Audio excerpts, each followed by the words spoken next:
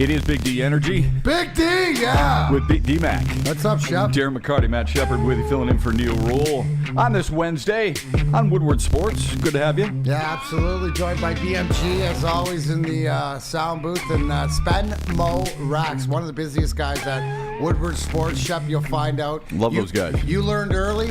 I learned early. Any questions, you just yell, Spenny, help. And it works out. He comes running, doesn't he? He does come running. You bet, man. Good to see you, bud. You too, brother. Happy holidays to you. Last time I saw you, we were taking a picture, and it's in actually the Hour Detroit. I think it was downtown at the Ted Lindsay Golf outing. Is that one of the greatest outings? That's one of the greatest outings you can play in. There's so many, and that's one of the things over the years where I consider you're a Detroit kid. So you're a guy that's seen it all around here, all the different sports we talked about. You've been on the airwaves, you've been on the TV waves. Everybody's sort of familiar. It's always great to be able to chop it up, and we're happy definitely here at the Woodward Sports Network family that you're peeking your nose in. Yeah, it's good to be part of it, man. It really is. I don't know about the kid aspect of it. At one point, you stop being a kid, but you don't want to be because you always want to feel like sports brings that kid out in you, doesn't it? Well, here's the thing. Around here, you will be kept young because, as you can see in the booth and throughout, as we're looking, you saw, Shep got to meet Hollywood Jeff Iafrady. He graced with the appearance, said hello. But all the young kids around here, and I call them kids, working hard trying to do it. So maybe the veteran. The kid veteran leadership in the media market. But you do make them feel young and vice versa, don't you think? I mean, there is a feel here. There is a vibe here that makes you go, you know what? I like being part of this. It's as close to a locker room, perhaps, as you can get. And that's what we've tried to do for the past 3 years. I'll be here 3 years coming around in February and stuff, and it's that locker mentality. And you look through the roster, just like in locker rooms and rosters, it changes. But it's more of a next guy up mentality than what we have here. My favorite thing, right, and I missed it this week, and I missed it the last couple of weeks, but my favorite thing that we do here at Woodward Sports is the Lions live stream. And if you haven't come in for a Lions live stream, and now Spenny was telling me now we got a bet sponsor, so stuff like this, but the interaction. But that's when you get the vibe of the fellas and the end. Good, bad, right, wrong, or indifferent. Their true fandom comes out. But we really enjoy getting together for that. So you'll have to join us for one of those. I would love to do that. You bring up the Lions, so it's a good kicking off point. No pun intended. The Lions helmet is right in front of you. This is a team that has alternated wins and losses in each of the last four. Do you believe in momentum in sports? Oh, 100%. Okay. 100%. Momentum. Do you believe it in game? Do you believe it on schedule, or do you believe it in both? All three. Okay. All three. Every momentum. Think about it in life too. Right, where we feel that, and in-game momentum in different games. I made a joke earlier, right, in hockey. How many times you heard this? The 2-goal lead is the worst lead in hockey. Well, the Wings it's a stupid phrase. The one-goal lead is the most nervous goal lead in hockey. But you know what, Shep? To that point, the Wings made it recently. The 4-goal lead's the worst lead. But where you would and then lost in overtime. Yeah. Here's the thing: where you say that, the one-score game. No, because it makes sense, because you have to be on. You can't take a shift off. You can't let the other team get the momentum, because especially in hockey, right? We call it tilting the ice, right? The ice can get tilted, whether it's long shifts, whether it's power play, stuff like this. I think in football, it's the same thing. That's why in all the sports, it's the little things. Yeah, but I would say this. When I covered you, and I covered you as a player, you were always great with us to the media. But if I said to you, you've got to be more on in a 1-goal game, you might have torn my head off and said, what, in a 2-goal game you don't think I'm on? In a 3-goal game you don't think I'm on? And that's the difference. But are you asking in the heat of the battle, playing Darren McCarty as a professional? Yeah, I got to give you that answer. Right. That's the athlete's answer. I can never turn it off. Now, as the former athlete sitting in the chair as the media member, no, you're more dialed in. Like, you have to. There's less room for error. So you think there could be can be a letdown? So the Lions are up 21 goose. It can be a lull, in and New you know Orleans. what? See, here's the thing. Let's move it back to football, right? That's why doing the little things are so important and not getting them out of the way. Who in here or who in the woodwardsports.com, please join in. I see everybody here. And by the way, Lorena Rios, it smells like a locker room in Studio B. Yes, you don't want to go in here. Everywhere else, it's all good. But look, not here though. I mean, no, not up here. No, here we're good. Don't go to Studio B in the back. Right. Anyways, I digress, but I'm getting back onto my point. Right? The fact is, look at the Chicago game. Yeah. Right? In the Chicago game in Chicago. Right? After the way it started, and I know the tweets and everything else, we can't do this, we're down 10 points. We're getting the ball back at half. We made it 13-10 at half. And what did we do coming out? Got away from less of our game plan and running for 7 yards a play, right? We tried to throw, boom, what happened? 3 and out, turnover. Do you see how momentum, even against, we wouldn't consider Chicago the world beaters, right? But it's NFL football and anything like that. So that's why... Continuing, dude. Opposite that, look at what they did in the Denver game. When they had the ability to put the finger or the knee on their throat and do the little things by completing passes, Jameson Williams making great catch, Gibbs running, all these little things, Laporta, they did it. So momentum is even more important because you don't want to get out of hand. Yeah, but they did lose it at one point because Denver did stage a little bit of a comeback. I look at it almost from an Eagles standpoint. The Eagles were 10-1. Everybody thought they were unbeatable, right? Suddenly they lose 3 in a row. This is going to happen Didn't San in Fran sports. do that earlier San Francisco lost 3 games in a row. Dallas has struggled at times. This is what happens. You know it better than I do. This is what happens in sports. It's not perfection. You're not going to get perfection. When you start to expect perfection, that's when, as a fan, you lose sight of what truly is what sports is all about. You cannot be perfect. Okay? It's too difficult. So you're going to stub your toe every once in a while. No, so that's the reason I ask about the momentum. No, but momentum is real. Yeah. Whether in the schedule, right? So now Philly, like earlier, arguably the two top teams in the NFC are San Fran and Philly, right? But what do they both go through? Injuries like everybody else. And they both have 3 loss. Yet they both have lost 3 straight games on their schedule. Yeah. At one point. Still at one point. They're still at the top. I was driving in this morning going 10-4, right? And we feel as Lions that we, gave away the Green Bay game, gave away the Chicago game. Yeah, I don't think they gave away the Green Bay game. I thought the Packers were the better team. I'm saying that as day. a fan. Yeah. I'm not. That's a game that I think. I'm not breaking it down, but a thing that we thought on the schedule you would have won. Yeah, exactly. You're sitting here at 10-4. You're sitting here where you haven't been in these waters in so long, right? But you look at the overall. Yeah, this is a 10-4 team. Can they get better? Yeah. Did they do what they needed to do, or do they show signs of doing what they need to do to snap that momentum? Like you said, Denver. All teams in any sport are going to show fight. They're professional athletes. At some point, it's just, can you counter that?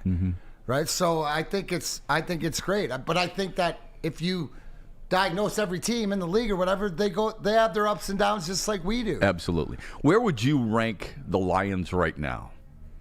NFL-wise, which teams are better, and where would you put them? You know what? It comes and it's all health. Like if I have my full roster, and especially like we saw how big Ragnow, being how our best have to be our best.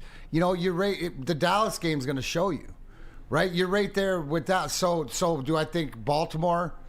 In the AFC, don't have to worry. But the Philly and the San Frans are the ones you're chasing. You're right there with Dallas. Yeah. Right? You're on point. So it's the momentum, and you're talking about one more game to clinch the division. You should go into the Dome in Minnesota with what they've got and get it done. Yeah. So especially with their backup quarterback. Yep. Yeah. No. And then it comes down to, right?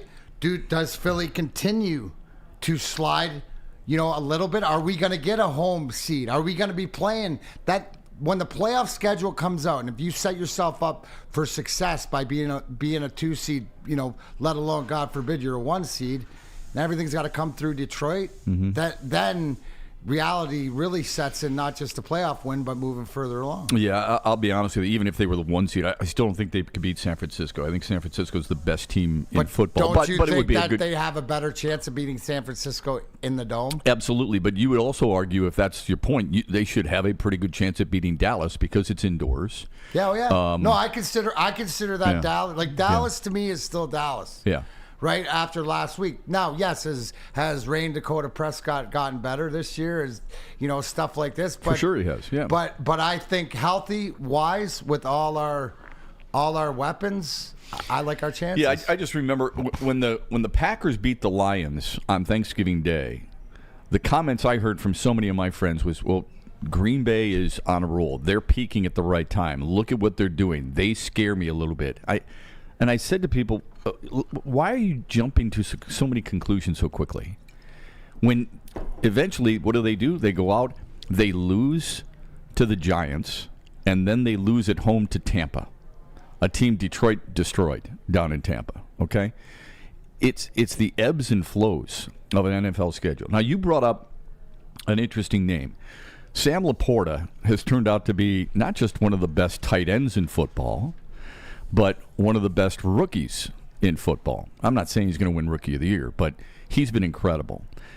Does that change people's minds about the importance of that position? When he's as successful as he has been, as steady and reliable as he has been, having one of the best seasons of any rookie tight end in history, save John Mackey and Mike Ditka, most of the people out there probably don't know who they are. Ditka. Does that change people's minds about that position? Because I think when football is is he more mentioned, of the unicorn now, or is it more becoming the norm with that position? Because wasn't this what T.J. Hawkinson was supposed to be? Isn't this? Well, that's what he is. T.J. Hawkinson is that. I mean, look at his numbers with Minnesota. His numbers are incredible. Okay, so that tight end, are we talking that position specifically? Yeah, I think too many people view that position as almost like a throw-in position, that it's not quite as important. I don't think anymore. With what the Mark Andrews and the George Kittles and the Travis Kelce's, yeah. And you name Hawk move. I think the fact, what I first go to is thank God for Brad Holmes, right? And knowing talent and whatever. And yes, and I won't make you do it, Matt. But when the young guys here at the station refer to Sam Laporta, they say D-Max guy Sam Laporta because I had him out of the rip.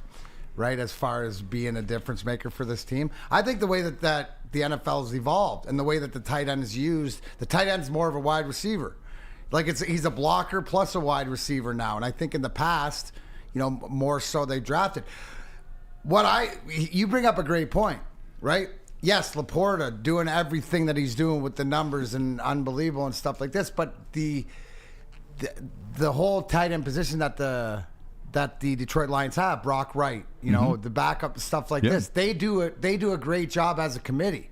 So I think it enables Laporta to get the breather to be able to be as effective as he is. But yes, I think more so, you have to have the talent, right? Which you have to be a specimen or have the talent, which most of these elite tight end in the leagues have, right? So I think it's the evolution. That's the evolving position, more or less. Remember how it used to be when we were younger, like the running back didn't catch the ball in the backfield, and then now they use that West Coast offense, and you look at Christian McCaffrey is more dangerous out of the backfield than he is rushing it. Yeah, I mean, it's the second coming of a Marshall Faulk-like player, right, who revolutionized the position. I mean, we could go back to Walter Payton a long time ago. He was really good out of the backfield. They just didn't utilize him quite as much. I don't think people here in Detroit had a chance to see that with Barry Sanders. Maybe Billy Sims, if you're old enough to remember that, because he was a really good pass catcher.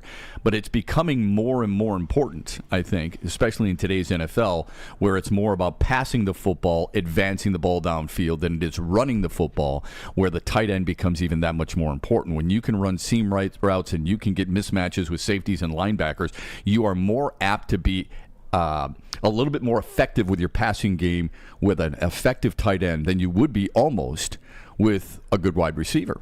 Yeah, and I think also, too, is don't forget the option. If I know that this guy's not in here to block all the time and I got to – he might fake block me. How many times do we see that, engage the block and then the tight end's wide open in the end zone? Yeah. So, you mentioned Frank Ragnow. You could make the argument that he's Detroit's most important player? 100%. I do. Neil brings it up, but it's the push from the offensive line and the push from the defensive line, which is the backbone. It has to be of this. But Frank Ragnow, he's a shot caller. He's the guy that touches the ball as much, if not more, than Goff. The thing that I love most about, you brought up Brad Holmes, the thing that I really appreciate what he's done, and I don't think he's flawless, but no general manager is. What I appreciate what he's done is that he has built this team the right way, from the inside out. Now, you were part of some of the greatest hockey teams in the history of the sport. How were you built? Were you built from the back end out? Do you believe that certain sports are built a certain way? Let me give you an example. Many people use baseball. You got to be strong up the middle. I need a catcher.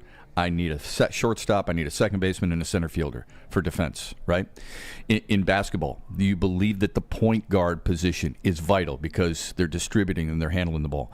Football, inside out. Is hockey built similarly from the back end out, the net out? What's your philosophy? Look at the true pro, Matt Shepard. I'll answer that when we come back, but I first got to let you know about Dispo. As you guys think about what Shep just said, experience Dispo Romeo, a team that curates an exclusive atmosphere mixed with fresh inventory from Michigan's largest variety of products. The first ever cannabis mall of its kind is conveniently located off of Van Dyke and 32 Mile Road in Romeo. Join them in celebrating this Christmas season. Hang out with Santa at Dispo Romeo every Friday and Saturday up until Christmas. Don't miss out. Dispo Dispensary, DispoShops.com, your local cannabis plug. Jack Labrador, has watching and arguing about sports made you a last-minute holiday shopper, feeling more pressure than Jared Goff in the pocket behind an injured offensive line? Jack Labrador has you covered. It will change your gifting game. In-your-face heads-up play that'll have you at the edge of your seat. It's the one deck that brings all three games to the table. Perfect for lazy last-minute shoppers like you. Jack Labrador is the ultimate gift that keeps the holiday fun going. Scan the QR code above or go to jacklabrador.com to get your deck today.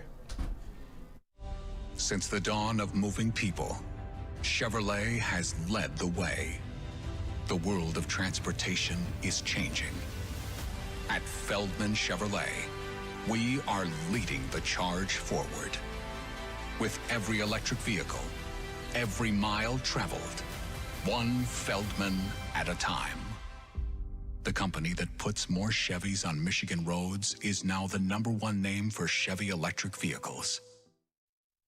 Now, coming to Woodward Sports, Woodward and Main Street, the Woodward Sports Network Detroit Lions Show. Let's go! Catch Gabrielle D. Phillips, Matt Broder, and Terry Foster for all the latest news on your Detroit Lions every week. Only on the Woodward Sports Network YouTube channel and woodwardsports.com.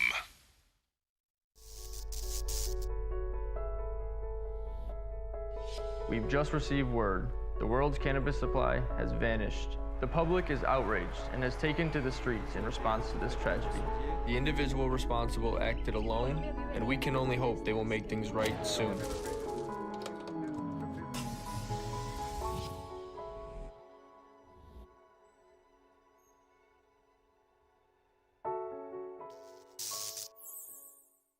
Join Woodward Sports and Spenny's new favorite long drink live every home game. Yes, don't go down there in an away game. You want to check out Woodward's stream for the away game, but for the home game, official VIP tailgate, you know where it is. Shed 5, Eastern Market, always a bash. Starting game days at 9:30. No better way. Get treated like a VIP. Food, beverages, entertainment, everything. You know what to do. Go to bullseyeeventgroup.com or win something from Woodward Sports today to subscribe to our YouTube. Follow us on Instagram and direct message Lions VIP. That sounds pretty good. Big D Energy with D-Mac. I'm Matt Shepard. Spencer Raxter is our technical director and our producer. Mike Gentry handling the sound. We're glad you're with us on this Wednesday late morning. We were talking a little bit about how you build teams, the importance of building teams. And we had to go to commercial break before you could give me your thoughts on how you build a hockey team. And the reason I bring that up is because I want to talk to you about something after you give me your thoughts about what Dylan Larkin recently said. But how would you recently, even if it's now or maybe in the past, how is it different or is it the same? And if so, what way in building a team? Well, I think you mentioned it when you started talking about it about in baseball, up the middle, right? Mm-hmm. You know, pitcher, catcher, second baseman, shortstop, center fielder. And then you sort of add from there. In hockey, you know, the bottom line to win championships, it's not about winning games, it's about winning championships is goaltending. You gotta eventually usually that's your last piece. So it's usually up the middle. And in hockey, Why is it your last piece? Why isn't it your first? Because piece? they're so hard to come by. It can be your first piece if you do it like Steve Yzerman does it in Tampa Bay and drafts Vasilevsky. Right. We're hoping that Costa is going to be that. Or because it very rarely works out. Because why? Because goaltenders take more time to develop. And usually, how many guys do you see that are come up through the system guys? No, they usually like get moved around because it's a tough position. It's usually something you find yourself as you get older. So that's the finishing piece. Right, the new NHL, it used to be your 1C. You had to have your Fedorovs, your Gretzkys, your Lemieux, your Yzerman, superstars. stuff like You're Connor this. McDavid right now. Okay. No, but then it moved. The NHL now is to have your Mo Seider. Like your Nick Lidstrom, your Hedman. You need the Cale Makar. Gotcha. You need that guy that can play 30 minutes a night and be out there and control offense, defense, stuff like that. So hockey's a different game, and but again, it's a lot up the middle. If you're going to say the two most important is your goaltender and your center iceman, right? Your 1C, your Connor McDavid, and why doesn't Edmonton win? Because the question mark's always been in net. How many different guys have they stuck in there to try to figure it out? We were in the same position back in the 90s. Right? My first year was Shovel Day, then trade for Essenza, then Vernie and Ozzy, and they finally get it done. But then after that, you had Bill Ranford, then you get Cujo coming in, and then we got Hasek again and Manny, and it all moves around. So that's it's more the way that it is, right? So hockey's different than like with football. With football now, I think that... Yeah, I mean, that's why Philly is a threat on a regular basis because their offensive line is so good. I think their defensive line has got some really good talent, too. They might be a little bit light in the back end. But I think, to your point, when you go into a game then, we'll use football. Since hockey, it's obviously it's 82 games. It can be challenging on a night-to-night basis. It's much different now than when Grant Fuhr and Andy Moog were sharing that for Edmonton. But when you go into a game in a football game, are you picking the winner based on that aspect? If you think it's the most important thing, the line, inside out, both sides, if you think that's the most important, when you go into a game, are you saying, I think this team's going to win because of that? Or are you looking at the quarterback and the skill positions more? Because I think most people look at the latter. No, you're going to look at your skill positions. Can they get it done? But if you're going to break it down a little bit more, can you protect your guy? Right? The whole thing is, can my guy get protected? And so, I mean, it'd be great to be Kansas City, who is struggling, also a top team who's struggling right now. Their offensive line isn't great. No, but to have Patrick Mahomes, who's a get out of jail free card himself, right? We don't. Sure. So here we don't have that. So it's about keeping Jared Goff upright. And when he's in, you got self-awareness to what you are. We don't want Jared Goff scrambling around. Well, he can't. That's what I'm saying. So you got to make. That's why the tight end position is so important. That's why the development of Gibbs is so important. Right. That's why the running game, because it goes. So that's why your offensive line is that important. That's a great point, man. So in other words, it's compatible. Because Goff has certain limitations, and every player does, because of his limitations, you have built around him a strength to minimize the limitations. Do we not all agree that when things are rolling here, right, and he's getting the ball out and guys are making run, that he's not getting touched? Right, and play action and the running game is going. All right, so let me give you this example then, and I'll go back to Philadelphia. You and I both agree a very good offensive line, right? Absolutely. Yeah. Then why have they struggled recently, and why does Jalen Hurts lead the league in turnovers with 17? He and Josh Allen, two of the more dynamic quarterbacks in all of football, and two guys that I would argue you would take, right? Yeah. Don't give me this, I don't want Josh Allen, he turns it over too often. Josh Allen is dynamic. He can beat you with his legs. He can beat you with his arm. Granted, he throws too many picks. He's had some of those picks can be very misleading because it's gone through guys' hands and so on and so forth. Jalen Hurts the same way. Each has 17 turnovers on the year. And yet each guy has led their team consistently to postseason play. So here's the thing. There's 17 turnovers, but tell me how many touchdowns how many touchdowns have they been a part of, either rushing or passing for their team? So you know what? That 17 turnovers looks like to somebody else like 4. Like to another quarterback around the league that can't get in the end zone, that has 3 touchdown passes and 1 rush, comparable. So it's all relative. What do I think about those 2 specific guys? And a lot of guys that are uber talented, Patrick Mahomes comes to mind too. Sure, right. Yep. They try things that, Superman, or they try things that they think that they can get away with that maybe somebody else doesn't. Yeah, I would say this. Like, I know that not that we should always compare, okay? Because sometimes we run into a danger there. Jared Goff has thrown more touchdown passes than Jalen Hurts. He's thrown more touchdown passes than Patrick Mahomes.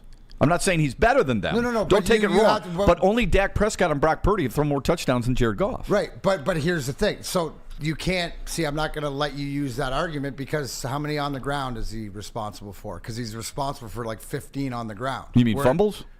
No, 15 touchdowns rushing. How many rushing you're saying Jalen Hurts and touchdowns? How many times has Jalen Hurts been in the end zone? How many points is he responsible for? Right. Then I could take the touch. Right. Because he's been in the end zone 15 times in the right with the Philly push. Great point. That's 14 touchdowns for 14 Jalen. And how many second throwing? most in football. Yeah, but a lot of but hold on a second. I don't care what it is, Matt. But 5 of those are tush pushes. So, but he's in the end zone. Do you care? At the end of the day, is this about scoring points and getting in the end zone? Does it matter if you get it there from the 5? Does it matter how you're getting there? I don't care. God bless Philly for figuring out the tush push to whatever. But when you're saying, so with Jalen Hurts, I can accept, and then I asked the same question with Josh Allen, rushing. How many are they responsible?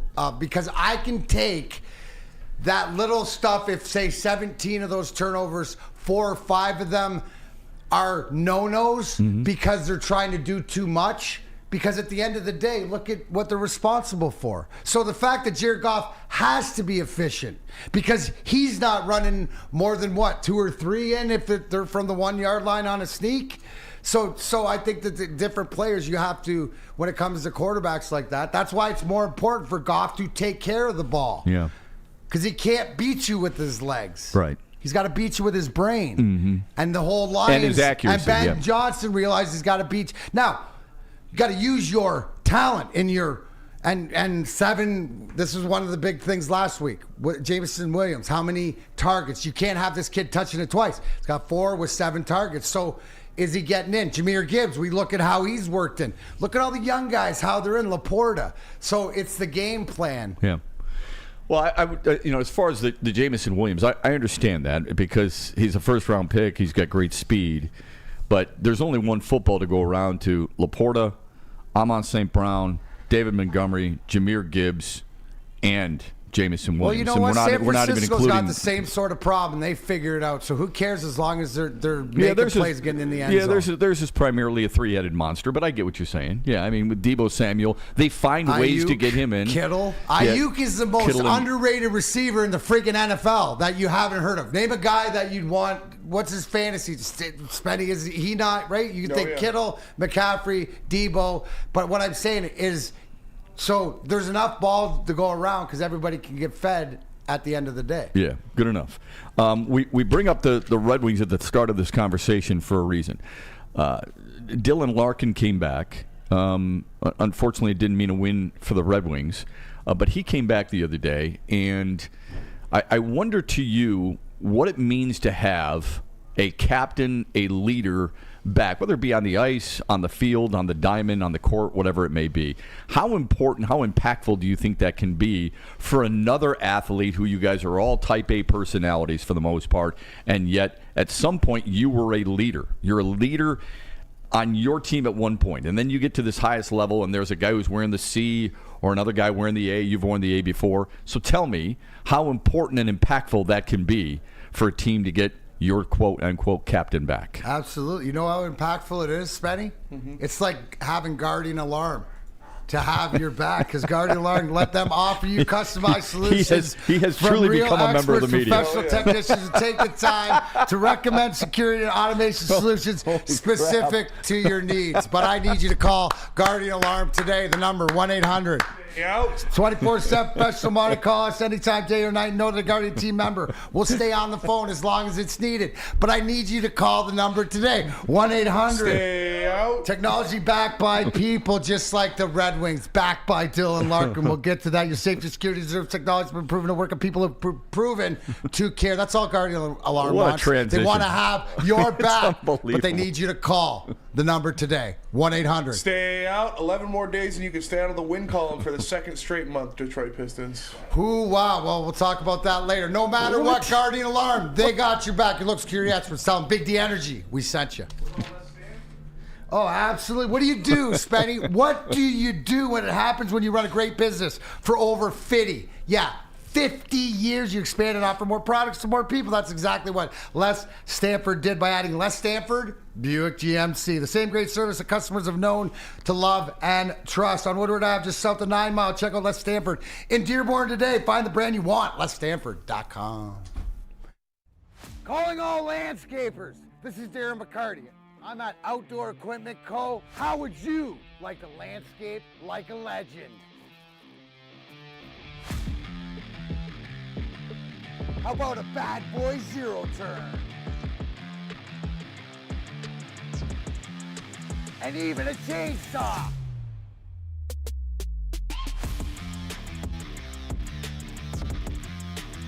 And even a weed whipper. Whether you landscape for your job or landscape for fun, get all your equipment from Outdoor Equipment Co., the official equipment provider of Woodward Sports. Michigan grown, family owned. OutdoorEquipCo.com. Woodward Sports own Tom Mazaway and Sam Stick Day will be hosting our Lions postgame show after every Lions game all season long. Tune into the Woodward Sports YouTube channel for his hot-off-the-press takes, game analysis, and Kool-Aid sipping celebrations. You won't want to miss it. Join Maz, Stick, and special guests each week immediately following every Lions game, exclusively on the WSN YouTube channel. Your home is your most important asset. Flexibility in the sales process is key. When you work with Mark White & Associates, you can cancel at any time, for any reason, without penalty. Speaking of flexibility, check this out. Who you work with matters. Hire the best broker in the game.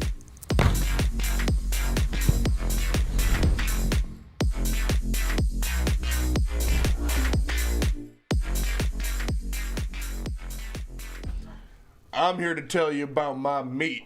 And for over 60 years, Fairway Packing Company has provided Michigan's finest restaurants, hotels, and casinos with prime beef, Wagyu beef, and dry-aged beef. Experience the Fairway difference for yourself today. Visit the steak shop in Grosse Pointe Woods for grab-and-go steaks or order online at fairwaypackingcompany.com. Is that your tomahawk meat hook on the screen right there? It's all about. We should have a grill in here. That'd be nice. You know what, Shep? And Hey, you know what? Welcome. You're Seriously. part of the family now. So you know what? Start Kobe start it beef. down. I mean, Absolutely. or one of those hot rocks. You know what I mean? We used to have a guy that would come. You remember the meat show Oh, that they used to yeah, Dave from do? Yeah, the butcher. the butcher. Yeah, the butcher. Well, the skinny butcher should come in and give us some meat. Yeah. Put it out. That'd Shep, be nice, I like your wouldn't it? style. Yeah, that'd be neat. Yeah, that'd be really good. That'd be meat. At least for you know what though? For the stream. Yeah. We should do sponsor stuff or cook up spots. How do you not How do you not do that, especially for Lions games? You know, Yeah. it's. I mean, it just goes hand in hand. Opening day, does it not go hand in hand with opening day? Oh, Go hand in hand with any day. Right? Yeah, for sure. Football Saturday. Any game day. Yeah. I don't know how you can't do it. Anything. Are you a tailgating guy? Nah, see, I don't drink. So I We know were you talking don't about have barbecue. to drink. I like to eat like I'll pillage or whatever. But Yeah. I guess I am a tailgating guy. We hang around the wrestling. Can I just drink make all a the time. really bad confession? I have been to nearly maybe 2 tailgates in my life. Really? Just because usually I'm working games. Right. I've always worked games. That makes sense. So I have not had that opportunity. I think that if you went tailgating, you'd want to go with the heavyweights and the way that they do it down. Spencer gets it done. Spencer gets Jeff it gets done. it done. I'll leave that to the heavyweights. Yeah, They're in a different atmosphere. They are. Jeff's at the DAC. Yeah. Right? Spending easier across the street with the peeps. So we all need, but you know what? It's different levels. We said Jeff suit and tie, right? You know what it is? I ain't putting a goddamn suit and tie on. Here's what's happening. Jeff is out there serving his people Spencer is out there serving his people who Jeff is expecting to be served. No. Well, you've learned something about Juicy, but he's with the constituents. The upper. Yeah. He sits in those meetings. Yeah, he drinks that Cavassier. Jeff's eating couscous and beef Wellington. I'm good with a hot I'm dog. sure he's eating the couscous. Absolutely. Couple dogs. Nothing wrong with that. Who wants more beans? Yeah. Welcome back to Big D Energy. Spencer Raxter is our producer, and Mike Gentry and Jeff Iafredi helping That's us out as well. Soft hands, no sneeze, Michael Gentry. Worst sneezer ever in the world. Really? You been working on that at all, Gentry? No, haven't been practicing in the mirror too much. But Okay, yes, that means you haven't been sick. That was a question to see how your physical health was. Well, he's probably not married. Once he gets married, he'll have to calm that down a little bit. Look, the Red Wings are back in action tonight, right? They're in Winnipeg, I believe. Dylan Larkin has come back. We talked about the importance of a captain. But he was injured not too long ago. All right. Right? We've talked about that. You know what that's all about, right? Yeah. What he said is slightly concerning, I think, not just from an athlete's standpoint, but I think from some fans. I don't take it too deep, but he did say in so many words, you're just not sure on the ice that you're going to be protected. And he's talked to a lot of players about that. As a guy who played a very physical game, and I think Gary Bettman wrongfully has kind of taken that out. How important do you think it is that the commissioner and the league in general be that watchdog, knowing full well that they don't allow the watchdogs on the ice any longer? You're just teeing me up, man. You're like a Shep. They even threw Bettman's name in there. The guy that ruined my game. Dude, you nailed it.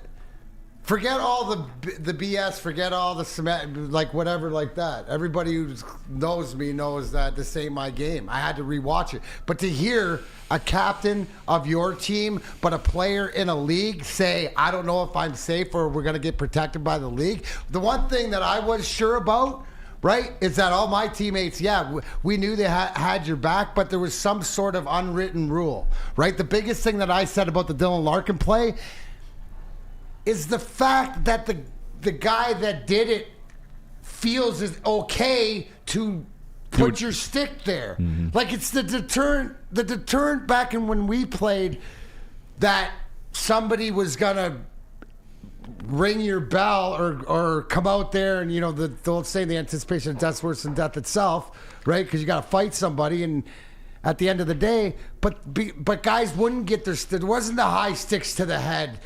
A guy falling down, you just have more care in those situations. Like, if you were going to line a guy up clean and absolutely light him up, that's part of the game. You'd go to light a guy up, and he'd sort of turn, and you'd pull up, and you'd say, "Bro, you owe me."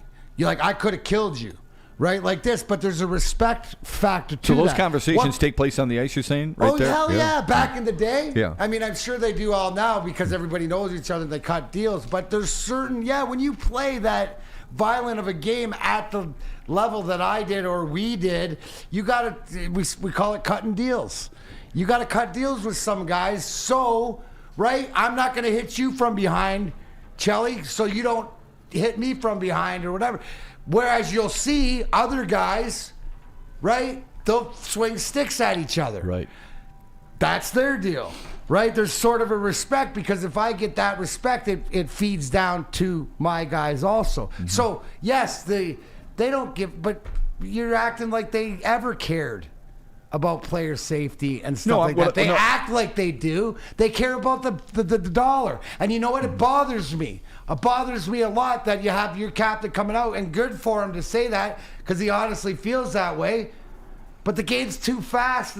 It's responsibility. But do you look at him differently because he said it? No, I look at him like a G. I look at him like fucking, leadership. Like fucking call it the way it is. Right? Because maybe a younger guy in any league, right, if he talks out, he's talking out of school. Dylan Larkin is the captain. He's earned that much respect. He's been injured. It ain't the first time. Look at the Jamie Benn cross-stick to the back of the neck. Right. That thing's worse than that was worse than anything ever. So but Jamie Benn's a veteran. He should know better than that. He's also notorious scumbag. Yeah, dude. I know. I'm just okay. All I'm saying is notorious scumbags can't be dealt with the way that they used to be dealt with. Kneeing them in the head, smash their face against the board, put them in a friggin' fetal turtle position, get 4 minutes to rough and score the overtime winner. That's done. Right. Thank God back then. It was Brian Burke and the way that the league was run that they knew that the most hated guy needed that. Right. So that when you say you act like they ever cared, I think they did back then. Yeah, when the game was different. Right. Now they don't. They haven't for a long time. Or it's what about trying to get the dollar. It's about expand. They rather worry about the what the show in Vegas looks like and the fact of getting Vegas to the finals for viewership and stuff like this than taking care of anybody. Like when guys realize they're expendable, and until like you're one of the upper elite, like in any sport, that it's officiated differently. But shouldn't it bother you more that all they got was a 2-minute penalty? More so, yes. So there's no accountability, right, to the league either. That's the disappointing thing. Then how do you change it? Here. How do you change it? I don't. How do you change anything? If something's wrong, right, systematically, where's the fault? What do we call for? Right? What do we call it for? Who do you want changed for the Pistons in this losing streak? Right? If it ain't, it's not it's the owner. You got to change who's running the show. It's never going to change with Bettman. It hasn't. His game has evolved into the European. The best thing for the NHL is that they changed all the ice to Olympic size ice, yeah. So then at least but there's no accountability. Right? My biggest problem is the fact that a guy thinks it's okay to get his stick up that high. Yeah. Right? Without repercussion or the league or knowing, hey, I'm only going to get 2 minutes. Right. And now we're talking the biggest thing because you're talking about neurological, you're talking about CT, you're talking about stuff. Right. That's a little bit different. At least back in the day, when we dropped our gloves, you might break a nose or get cut or whatever like that, but that can be fixed.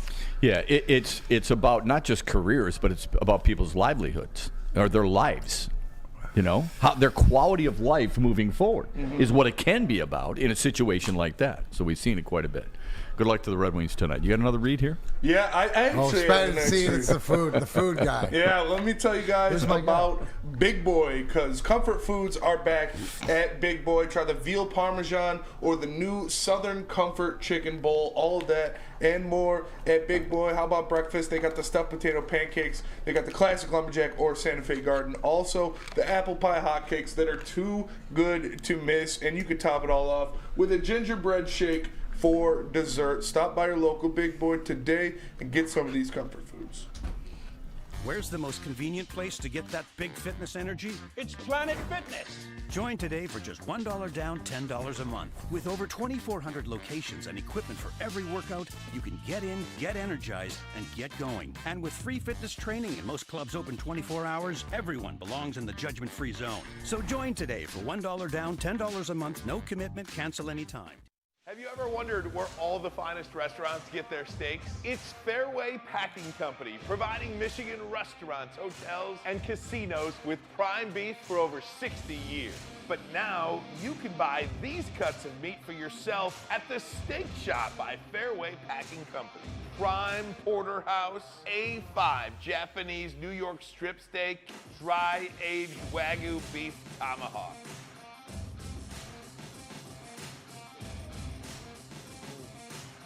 delicious. Get to the steak shop today. Enjoy fine wine, have a private party, and get the finest cuts of meat anywhere. The Steak Shop on Mack Avenue in Grosse Pointe Woods, or order online, fairwaypacking.com. Come to any Lady Jane's Haircuts for Men for an award-winning haircut experience from one of our talented stylists and register for a once-in-a-lifetime opportunity to win an all-expenses-paid suite for the 2024 NCAA tournament for you and 5 of your best buds. That's right, college basketball's most elite event. You and your 5 best friends just get to any Lady Jane's today for an award-winning haircut experience and automatically register to win the trip of your dreams. Lady Jane's Haircuts for Men, open 7 days a week. Walk in anytime. Lady Jane's, it's wicked awesome. How would you like to win a $100K Vegas getaway to your closest friends and live it up in the city that never sleeps? It's the Citron Energy. Drink it and live it. Purchase a 24-pack today and enter to win the $100K Vegas getaway at drinkcitron.com/Vegas and buy Citron at your local Meijer store. Citron, the healthier energy drink with great taste and the choice of people who desire to look good, feel great, and be the best version of themselves. Go to drinkcitron.com/Vegas today to figure out how you can sign up to win.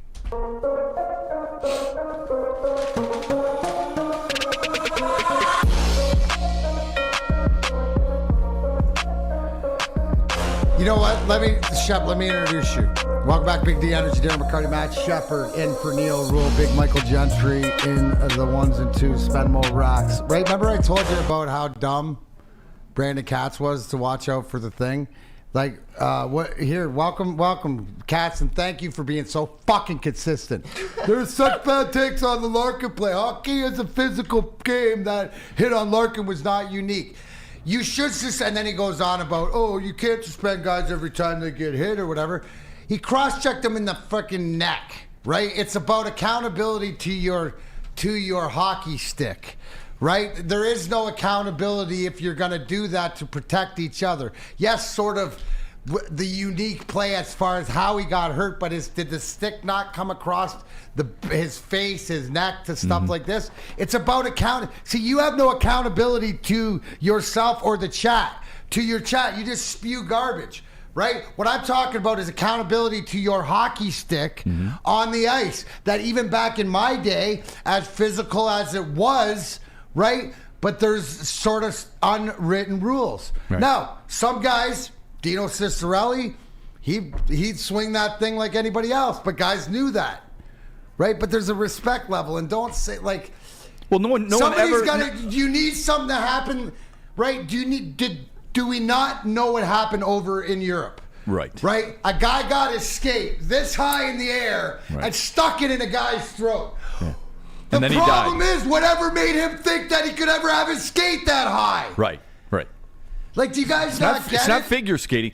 Look, nobody suggested, during our discussion, that you penalize or suspend somebody for every hit in hockey. We didn't say that about Gudas's hit on Cam Costin, did we? Mm-hmm. No, we didn't.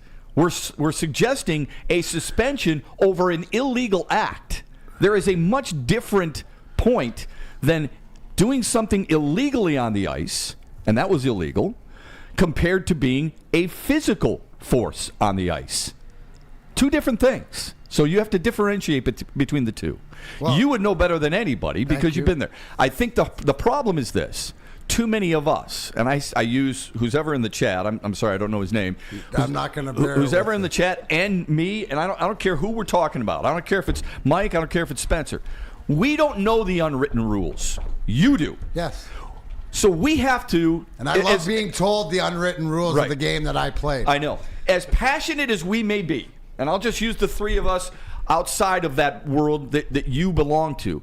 Outside, as much as passion as we have toward a sport or a team or a player, and sometimes that goes over the line too, we don't know the unwritten. You have to give yourself the understanding that you don't know. And that's a hard thing to do in sports. It's a hard thing to do in life, I think. I say it all the time.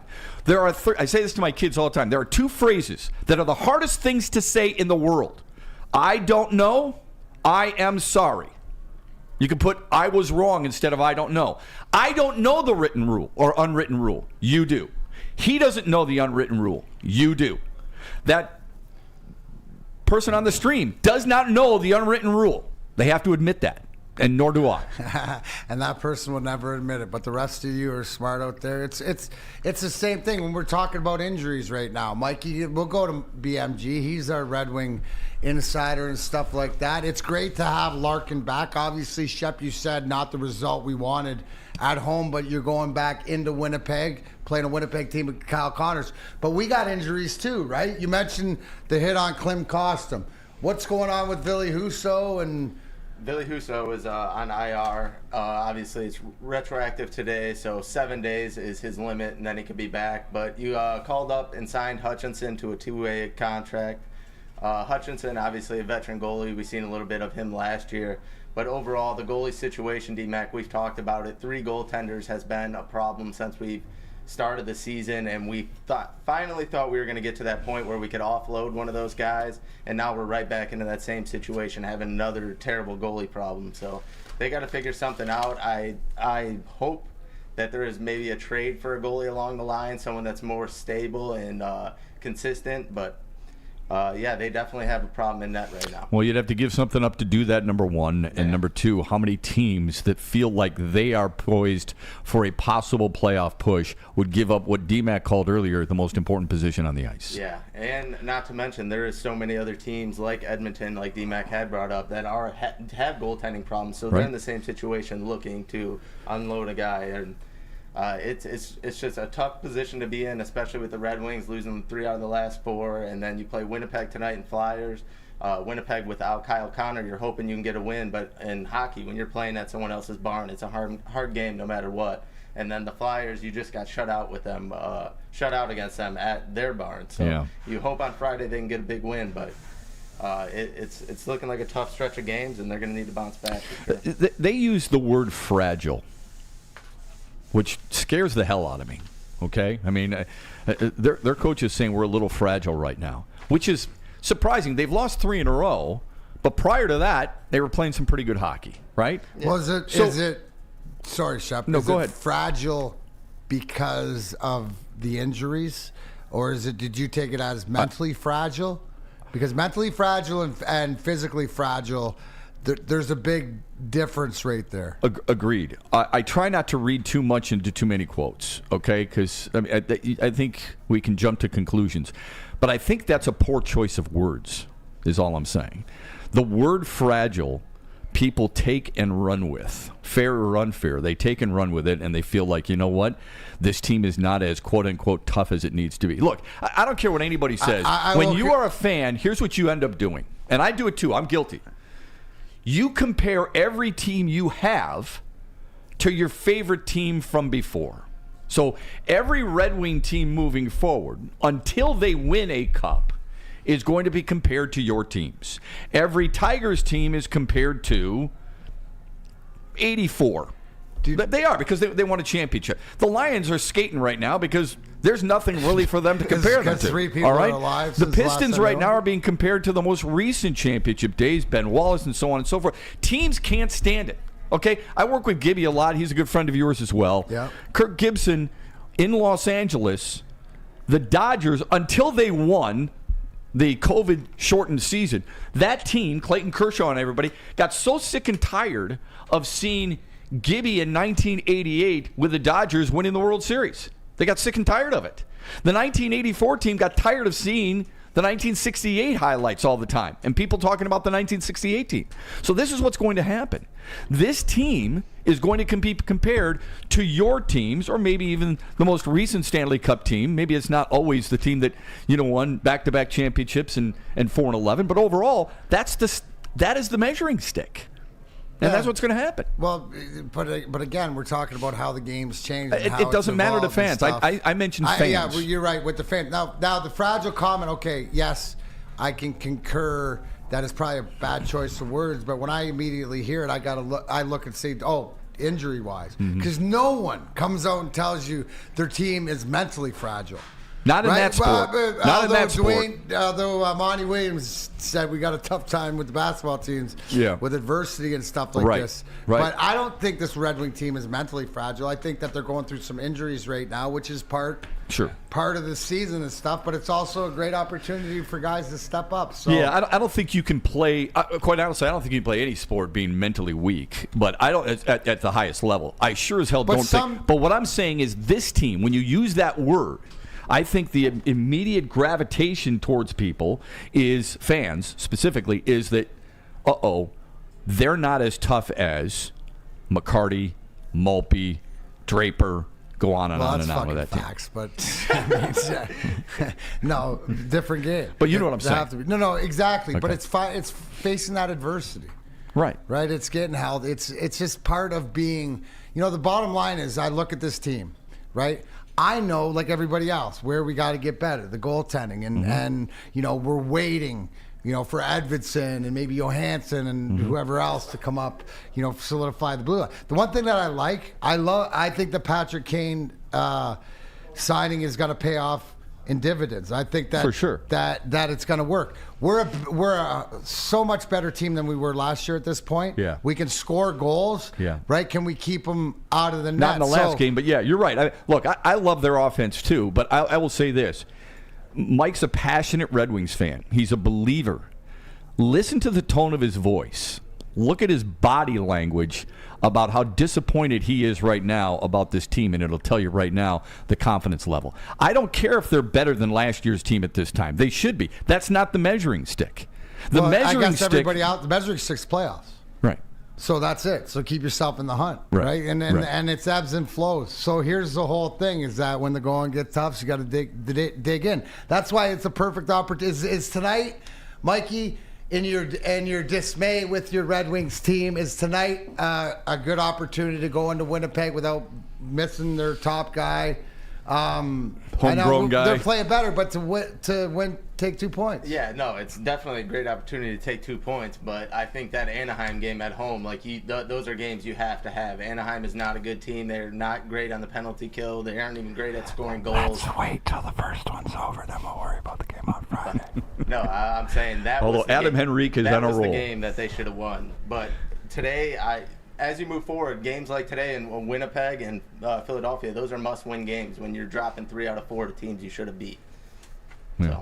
So but to their credit, those teams are playing better, and you're struggling a little bit. Injuries to whatever else. You just got to find a way to do it. Yeah. Can't get too far behind. Remember what I said about early in the season, banking those wins. Well, guess what? Right now you're going to the reserve and using up that grace. Really important, no doubt. All right. No, it definitely is. You got a commercial, right? Yeah, tell us about Swiss Insurance, D-Mag. Oh, you know what? I can do that. It's football, Shep. Football's on the brain for everybody. Hasn't it been an amazing college and professional football season? Well, we know that the fall entering the winter is also a perfect time to shop your home and auto insurance. Shop it like a pro with Swiss Insurance.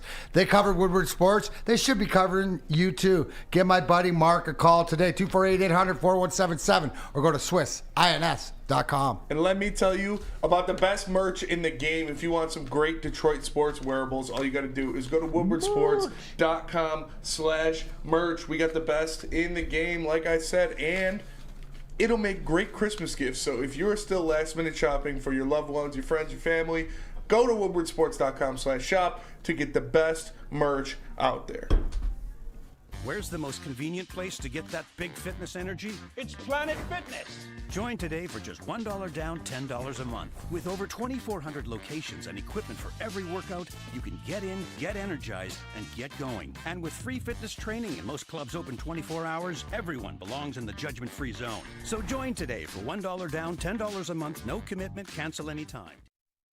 Stop searching for a vehicle and start finding one. Les Stanford Chevrolet Cadillac makes it easy. We harness the power of multiple dealerships and own the biggest selection of GM brands in the area to get you the car you need. With the Les Stanford Group, you'll have access to 4 different dealerships, providing you with more makes, more models, and more choices. We're connected to more than 1,000 vehicles. And with so many high-quality CPO vehicles available, you'll find new car quality at pre-owned prices. You can start and end your search at lesstanford.com today. Gabby, is a college student struggling to study for her big exam. Then she discovered Syntron, a healthy way for her to stay awake and focus. Jennifer frequently has chaotic days like this until she gets online, orders some Syntron, and finds her groove. April visited her local grocery store, purchased a case of Syntron, and entered to win the Syntron 100K Vegas giveaway. Pick up your case of Syntron today at any Meijer location or visit drinksyntron.com/Vegas and enter for the 100K Vegas giveaway. Drafting is a complicated business in professional sports. Eric Ebron over Aaron Donald, Darko over Mello, Stanley Johnson over Booker. Let me help you out. Jack Labrador should be your #1 overall stocking stuffer pick this year. 1 deck, 3 games, fun for the whole family for less than $20. Really good. You'll love your Jack Labrador pick more than you love Sam Laporta and Jameer Gibbs. Draft like Brad Holmes. Draft at jacklabrador.com now or scan the QR code above. That's good stuff. That's really good. Welcome back, Big D Energy. Matt Shepard, Darren McCarty. I was just watching the Walker Cup here, guys, driving the green on 18th. You ever play golf over across the pond? I have not, but I would love to. It's phenomenal. Put it on the bucket You're list. driving that green, huh? Yeah, I think you get a lot of rollout. We're just looking at 18 at St. Andrews here. God. Anyway, Spenmo Racks, Big Mike Gentry. Why don't you take me? Why don't you take me one day? Take me one of those. Let's go. We're going. I think we're going over. We're planning on going over not this summer, but next summer. Who's your foursome? Who do you play with most? Oh, who do I play with most? Yeah. So my buddy Rob Watson. Okay. Is we play, and then I'd say Jim Toquette, who over the years I've played a ton with, and then my boy Nick Antonucci would be another one. Probably those are 4. Doc Ryan's a good one too, and we I play a Thursday game for the last couple of years out the Flint Elks. Nice. I love that track, man. So much So fun to play. last summer, I had one of the best, foursomes in golf I've ever had. I played 18 holes with Alan Trammell, Lance Parrish, and Kirk Gibson. Lance is my dude. I mean, all those guys Dude, are my guys. But I'm not kidding you, man. It was, I had to do, I went fandom for a moment. Took the selfie, had a great time, sent it to all my best buds, right? All my guys from junior high and high school. Rub it in. And I said, hey, man, this is our foursome. Love you guys, because we always have a golf on. I said, but this is pretty special. The response was rather unique. There's no doubt a lot about of FU shots, a lot of. It's unbelievable. But what's interesting, and Spencer was he had me rolling when he was talking about those draft picks. So and they were awful. Don't get me wrong. I mean, don't forget. As much as I like Luke Kennard, the miss by the Pistons in back-to-back years. Mm-hmm. Okay, how's Donovan Mitchell doing? 37 the other night. But you look at some of these late draft picks all time. I mean. You and I were just talking about the Philly offensive line, right? You know where Jason Kelce was chosen? We always look at the Detroit draft picks, right? Mm-hmm. Jason Kelce was a 6th-round pick. Kelce was picked 6th round, 191st overall. Philly, so everyone would go, oh, what a great pick by Philly. Philly took 5 guys ahead of him. What took him so long? This guy's going to be, he might be a Hall of Fame center. There's so many misses that you have. It's just incredible. You brought up something just before the break that I really caught my eye or caught my ear, and that is about accountability, and it's about having toughness, being able to fight through adversity, I believe is what you said. Florida State University has had some adversity, right? Absolutely. You can make the argument that they should be in the college football playoff, and you can make the argument that they're not. I think what many people forgot at the time, I'm not saying they belong there, because I don't think they're one of the top 4 teams in the country. However, the committee said, well, they're without their starting quarterback. By the time they play on January 1, right? That's when the college football playoff is, January 1, and then the national championship is January 8. By the time they play, their second-string quarterback would have been ready. He was in concussion protocol. So they act like they were going to play with a third-string quarterback in the national semifinals, and that's not true. They would have played with their second. But my point is Mike Norvell, the head coach at Florida State, who's done a wonderful job, finished second to Kalen DeBoer in Coach of the Year, has come out and basically said, this has been one of the most challenging couple of weeks of coaching I've ever had. He said, and this is because of they're not being accepted. The players are still struggling during practice that they're not in the college football playoff. We talk about the softness in our society today compared to back in the day, quote unquote. And without sounding too much like old guy here, that is really disturbing to me. That a coach is willing to let that seep in when they still have a major bowl game, still have something major to play for, an undefeated season, and they're still allowing something that was decided a couple of weeks ago to seep in and what appears to be, at least on the surface, ruin their practice schedule for their bowl game. It's an injustice to his team. Well, the toughest part is you talk about as a parent or whatever like this. What is one of the things that we're always told or you're always preaching? Control what you can control. Right. And the hardest part is Florida State did everything that they were supposed to do, and the decision was out of their control. So you can go, listen, fork in the road for the coach. Which way do you want to go? Do you want to make the right woe is me and more into, like you alluded, 2023 society, or do you want to go old school? And I would have played the martyr. I would have played go show them. How do you? So now it was. I mean, yes, it's disappointing. Yes, I don't know if it's right. Pretty much, Florida State played that season with nothing on the line as far as couldn't, no matter what, win a national championship. But they still got stuff to play for, and kids whether to be drafted. I get the disappointment, but you got to. But that's life. Control what you can control. You did everything that you could do, and unfortunately, it wasn't your time. So you can either woe is me and go out and try to win a big bowl game. You're still playing in a big bowl, right? Against a great team. Yeah, but here's what bothers me. How many times has that coach, and he's done a hell of a job, he's still a young guy, he's only 42 years old, done a hell of a job. How many times do you think at halftime during his tenure has told, if not the team, some type of position group or a player, you've got to play through it. His quarterback may have thrown 2 picks in the first half, and they're down 17-7. He goes into the locker room. Does he say, oh, man, this is going to be a tough second half, man.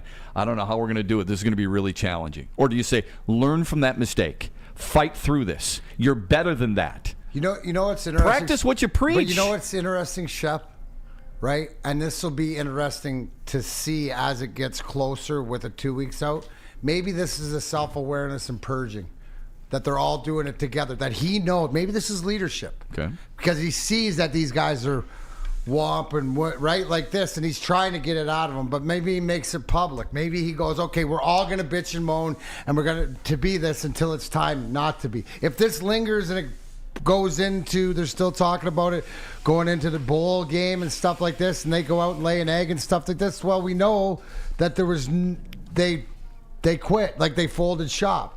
But maybe this is an opportunity. But when do you move on, D-Mac? But maybe this is a new 2023 that you take the buffer in the middle. We weren't allowed the buffer growing up. You had to get over it, get through it, push beyond. Maybe with this time, because he's taking the temperature of his players, that they're moping around that, oh, woe is me, we did everything we can do now, right? Maybe he's taking the different tack because it hasn't worked. Us against them. I think it'd been. We'll see when this team comes out if it's ready to play or if they're gonna play for something. Because you're right. Some of them still have something to play for. Or if you were really pissed off and this is how you felt, then why don't you just not? You can't turn down the money for the bowl game. No. I'm not suggesting that. But Mike and Spencer, you guys are younger than we are. Okay, I feel bad for you to a certain extent. When you have a coach saying things like this. Almost built-in excuses for a team. That's how I look at it. Like if I'm the coach, I'm like, screw them. Let's go show everybody. Let's open up a can of whoop ass on this team we're about to play and prove to everybody that we truly are. Keep us in the conversation. Make sure you prove to them that you were wrong. Instead, it's almost like it's a built-in excuse, whereas if they lose, it's like, we just couldn't get through it. It was a really tough week or 2 or 3 or 4 to get ready for this. When you guys hear a 42-year-old man talking about this type of atmosphere in what should be high-intense practices as you get ready for a major bowl game, We never would have heard this from any coaches back in the day. What do you guys think? I think he's not doing his job correctly. Like, he's doing a disservice to these kids. He should have them focused on the next game. He should have them getting ready for whoever they're playing in their bowl game rather than lamenting on what they didn't get. What's in the past? What's in the past is in the past. You didn't make the playoff. Some people think it's fair. Some people don't. I personally think they got it right and put the right teams in. But you got to get over that. You got to show these kids, like, yeah, it sucks, but life's not fair. So now we got to do what's in front of us. Now we have to look at what's ahead of us. We should be focusing on this next team instead of complaining about not getting. Yeah, I am. It's not fair, but I'm so tired of hearing we did everything we could for 13 games. So D-Mac just said it. Mike Norvell has said it as well. At some point, you've got to turn the page. Yeah, but maybe let's pay attention on the back burner to if the narrative changes next week. This might be this week's narrative. It might, not saying it's right or wrong, but maybe what do you do, Shep? If you got 50 players moping around or whatever, you gotta. This is relating to the younger, right? Saying, yeah, you're right. I know you're wrong. Let's take this week. I'm just speculating. Let's take this week and bitch and moan and feel sorry for ourselves. And then next week, we're not. We're going to go back and we're going to show them. To me, that's what it seems like. Okay. Because if Spenny's right, if you're taking this tact, then it's going to be the whole narrative about we just can't get over it. We can't believe it. No, it's a look. I appreciate your perspective, and I don't. I'm not thinking you're wrong here. I need to hear things like that. All I'm saying is this is not a week after it happened. This continues. This has been weeks, plural, of what's taken place, and I think it's a dangerous way to go about it. That's all. I think Spenny nailed it as far as he's not doing. He as a coach and as a mentor, he's doing these kids a disservice, unless it's a tactic or a game plan. Yeah. You would think he would be trying to like hype his team up and saying, let's go beat this Georgia team and prove that we should have been in there. Instead, he's still making up excuses on why they should have been in the playoff. You're playing a Georgia team that should have realistically been in the playoffs in some people's eyes.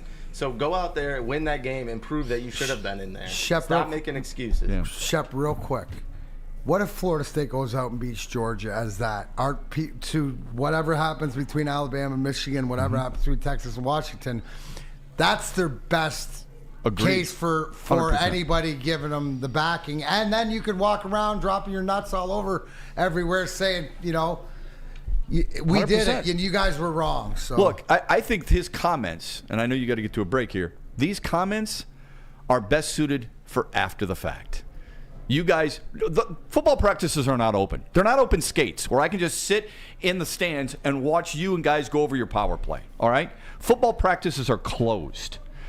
Him telling the media, he doesn't have to reveal this, all right? That could be taken in-house. That could stay in-house. Guys, this has been a tough, challenging couple of weeks. We're not going to let it creep in. We're not going to talk about it and give people a reason to doubt us. Instead, we're going to go out there.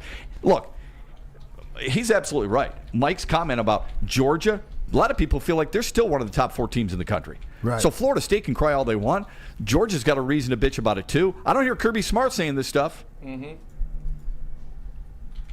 And there you go. You go. Great point. Just like a great. Hey, Spenny, where are we hitting? Where are we hitting later today, bud? Oh, we got chest today. Chest. Shoulders was yesterday. It's chest today, and we're doing it at Planet Fitness because Planet Fitness is the home of the judgment-free zone where anyone, and we mean anyone, can feel comfortable and work on their fitness goals. At Planet Fitness, you will experience a squeaky clean gym that has tons of equipment, a full-body workout in 30 minutes and a 30-minute circuit, and all memberships include fitness training. You get all this for just $10 a month. No commitment. No matter where you are, there's a Planet Fitness close by. There are more than 50 in Metro Detroit and thousands more throughout the world. Planet Fitness, where your fitness is essential. Savor the heart of home at Big Boy with our all-new down-home comfort dishes. Feast on home-style goodness with our Southern Comfort Chicken Bowl, veal parmigiana, and apple pie hotcakes. The down-home delight doesn't stop there. Potato pancakes are back. Dive into the richness of our perfectly crafted potatoes with our classic potato pancakes and our stuffed potato pancakes. Top off your meal with our new gingerbread shake, a seamless blend of creamy vanilla and sweet gingerbread flavors. Nothing beats the comforting taste of down-home cooking. Enjoy every bite, only at Big Boy. Join Woodward Sports' own Jeff Iafrate, along with special WSN guests for the most anticipated Lions season in decades. Filled with different surprises and expert analysis. You're not going to want to miss out. Go to our Woodward Sports YouTube channel on Sundays and tune in live from 9:30 to 11:30 a.m.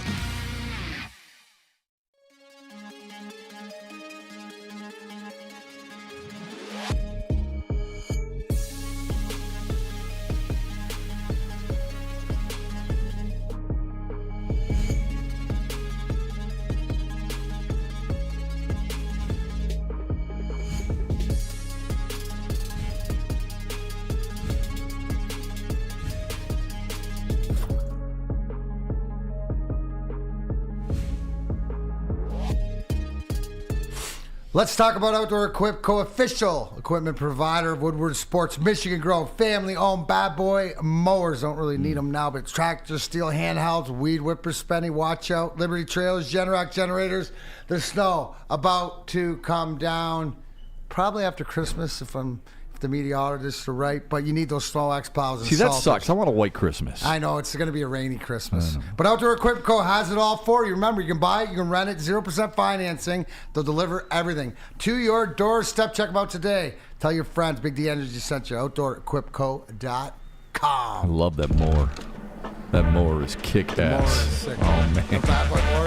I got Big D Energy, Darren McCarty, Matt Shepard, Spenmo Rex, Big Mike Gentry here on a hump day Wednesday. Those bad boy mowers, I got my ass kicked in a race by a 7-year-old, but yeah, he'd been on there before.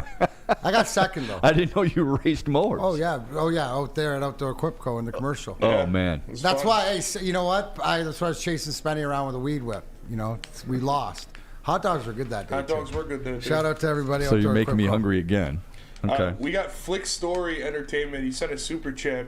He said the top 5 Detroit sports moments he has: Probert destroying Troy Crowder, the first Red Wings Stanley Cup, 84 World Series with Gibby, D-Mac's goal in the Stanley Cup Finals, and meeting Parrish and Harwell when he was a kid. Oh, man. Those are his top 5 Detroit sports. Good for him. Shout out. Those are good ones, man. Yeah. Those are really, really good ones. When you guys won your first cup, I'll never forget this, at Joe Louis Arena, instead of being on press row or being down in the bowels of Joe Louis Arena where they put the extra press, I decided to walk up to the concourse area and then out on, to where the stairs take you just to the top, okay?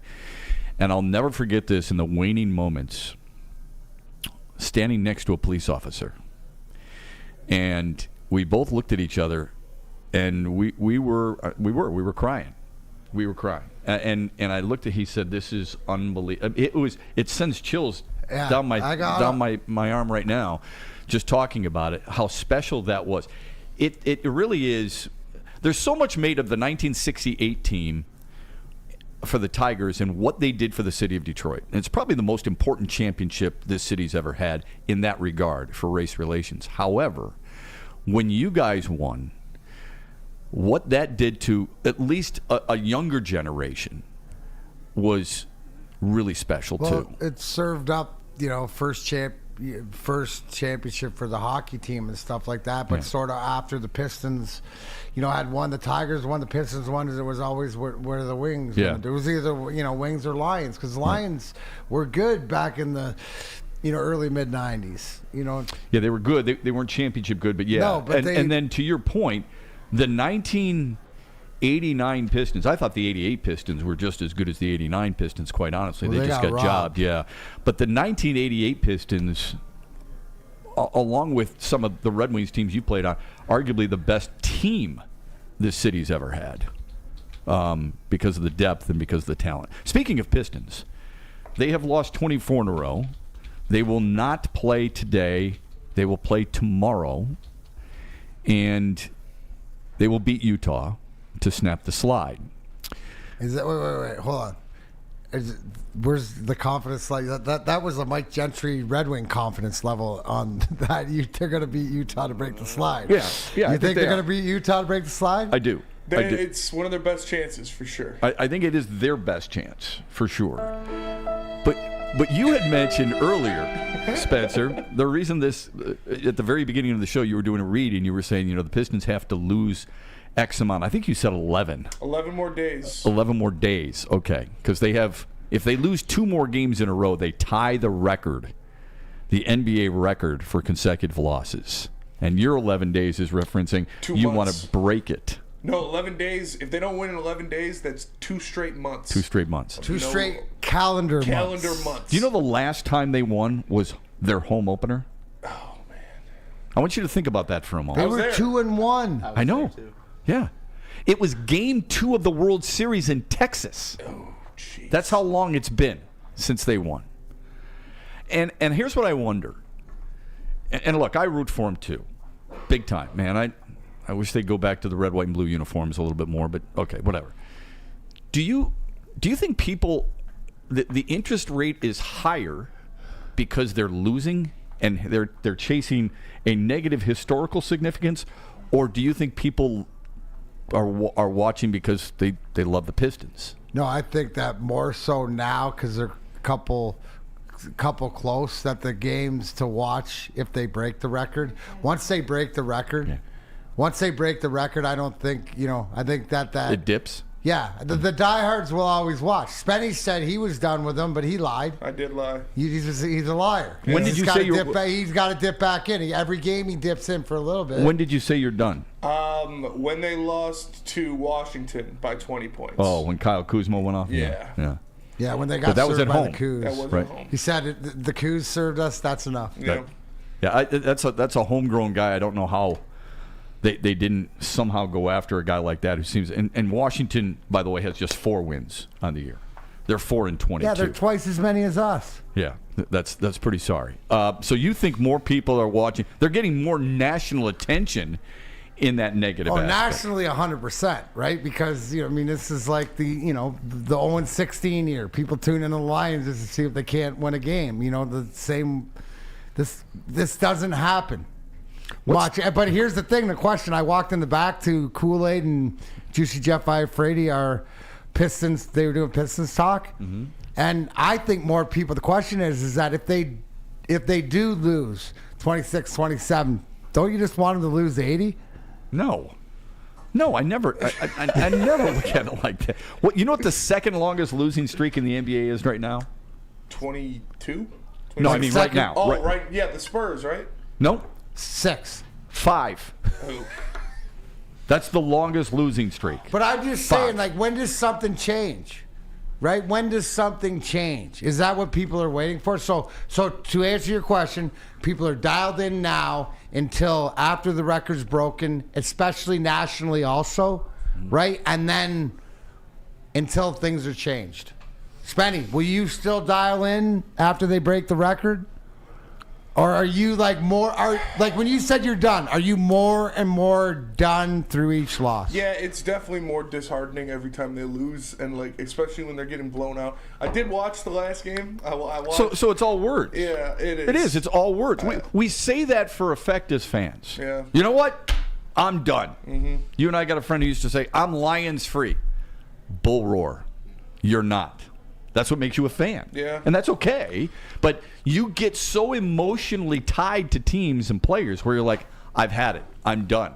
And then you come back and you're like, yeah, I guess I did watch them. So you can't be done. They pull you in. It's Godfather 3 all over again, every single time. I think the question I asked Shep is, right? So we do this here when we talk the basketball, right? Because of business. But do you like Cade Cunningham?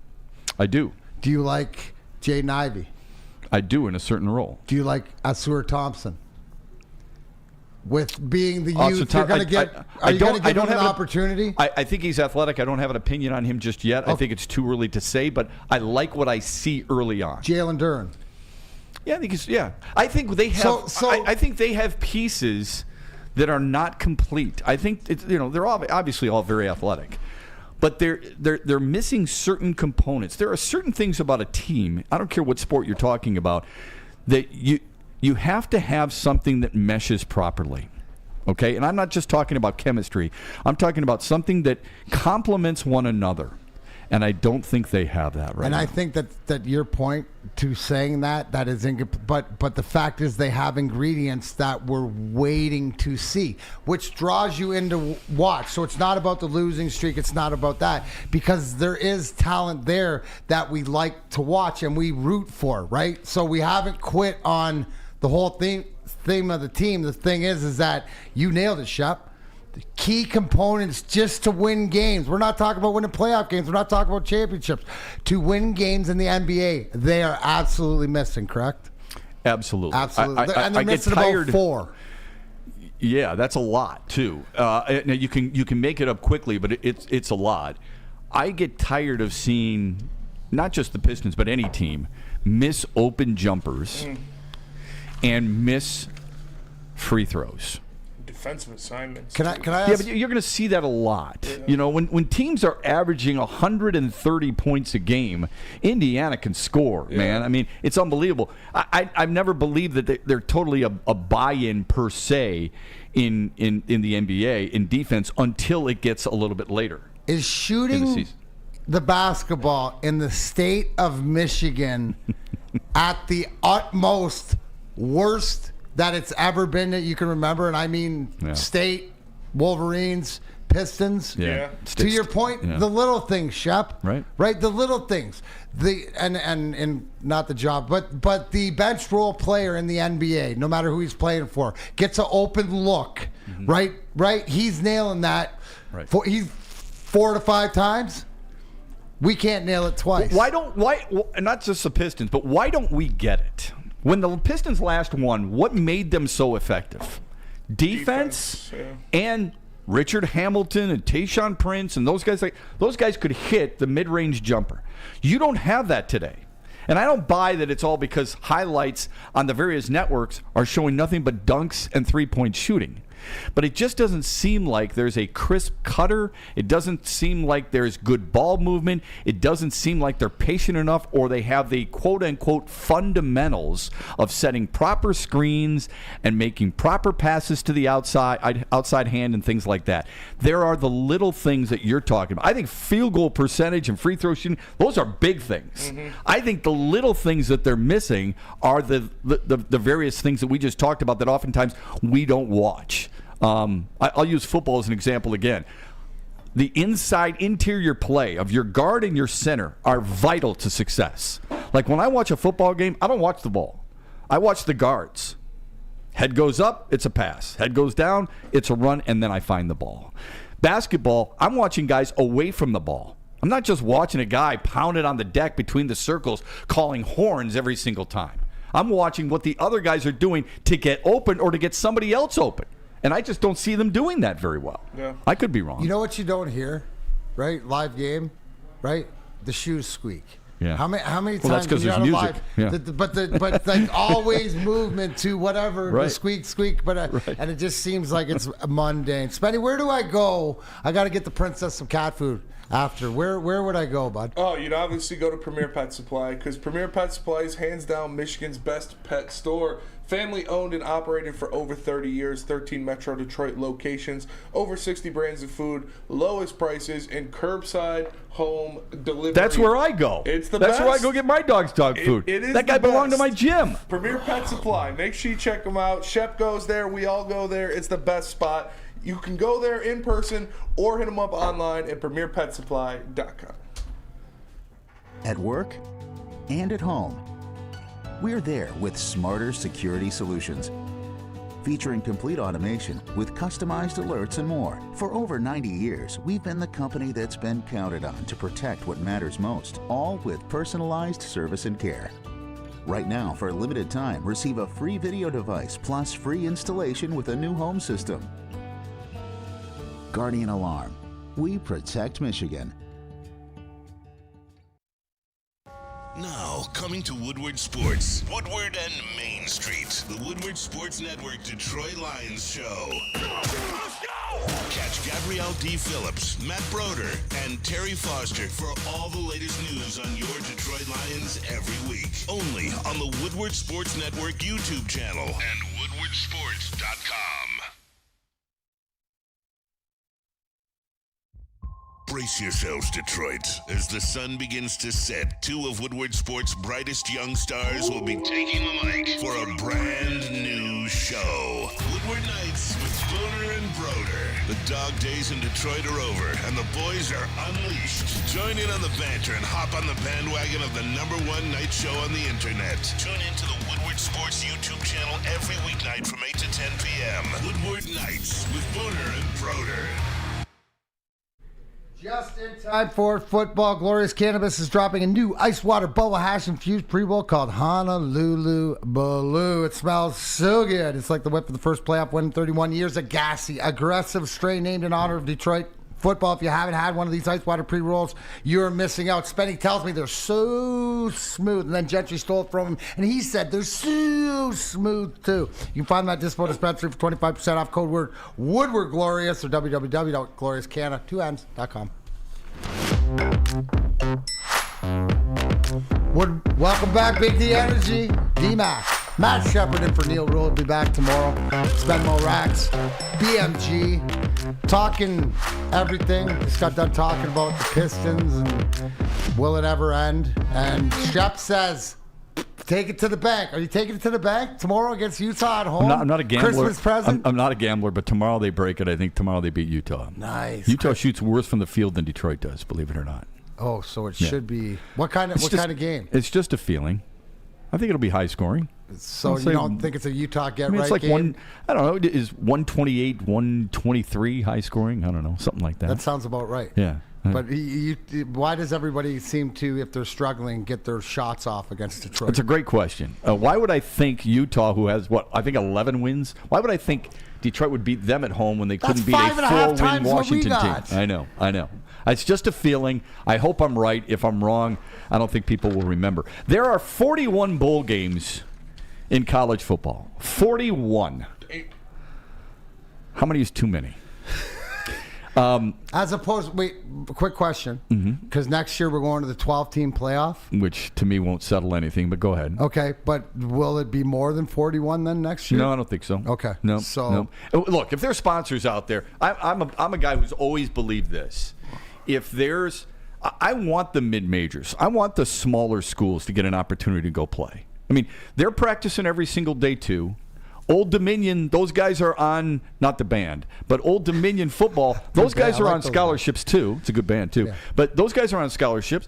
They get the opportunity to go play at 6-6. I know it may not be the greatest bowl game in the world. Go play. But go give them a chance. Give their fan base an opportunity. Give them a chance to put a championship trophy in their school's workout facility, even though they lost to Western Kentucky, one of the biggest blows I've ever seen in my life. I could not believe that game. That's for perhaps a different story, but what a great story that was with that here's that the Caden thing, Veldkamp. Shep, with the Bulls, 41 games, right? We always hear about, this guy's going to sit out and this guy's going to sit out. Right. That's not the norm. The guys that sit out are the guys who are trying to protect their draft stock. Correct. But to a lot of these mid-major teams and everything else, this is a showcase. Great point. This bowl is a showcase. How do you think the Brad Holmes drafted Malcolm Rodriguez, even though he went to Oklahoma State power? But to the example, the Jason Kelsey's, right, late rounders. How do you get these late round guys? To me, this is more of the showcase. So if you want to see, some talent or hear of some talent, because that's usually when the draft comes around, you're like, oh, yeah, this guy showed out, in this bowl or whatever like that. Yeah, so I agree with you. 100%. And that's where you create stories, too. So I just brought up the Western Kentucky quarterback. No one's ever heard of Caden Veldkamp, because I sure as hell never did. He's a redshirt freshman. Coaches told him before the season, before the bowl game or during the season, next year, if you come back, you're going to be a tight end. You're not going to be a quarterback. You're going to be a tight end.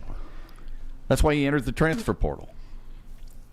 Thrust into conversation because now he went into the bowl game because the starting quarterback was terrible.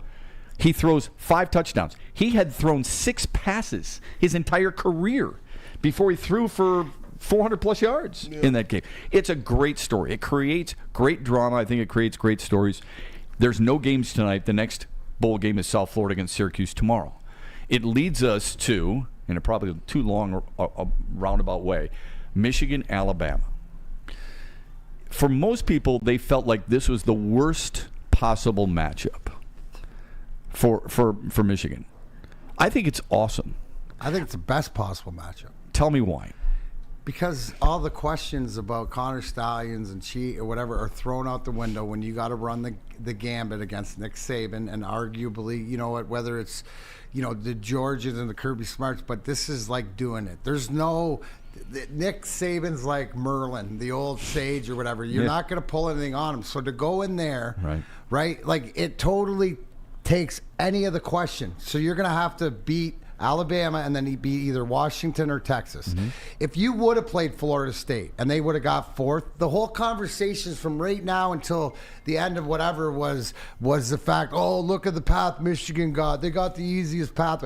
This ain't easy. This isn't going to be easy. And I'll tell you this, right? I was in New York, Philly, New Jersey all weekend with wrestling and stuff like that, and a lot of the wrestling are from the SEC. They think Michigan's going to win.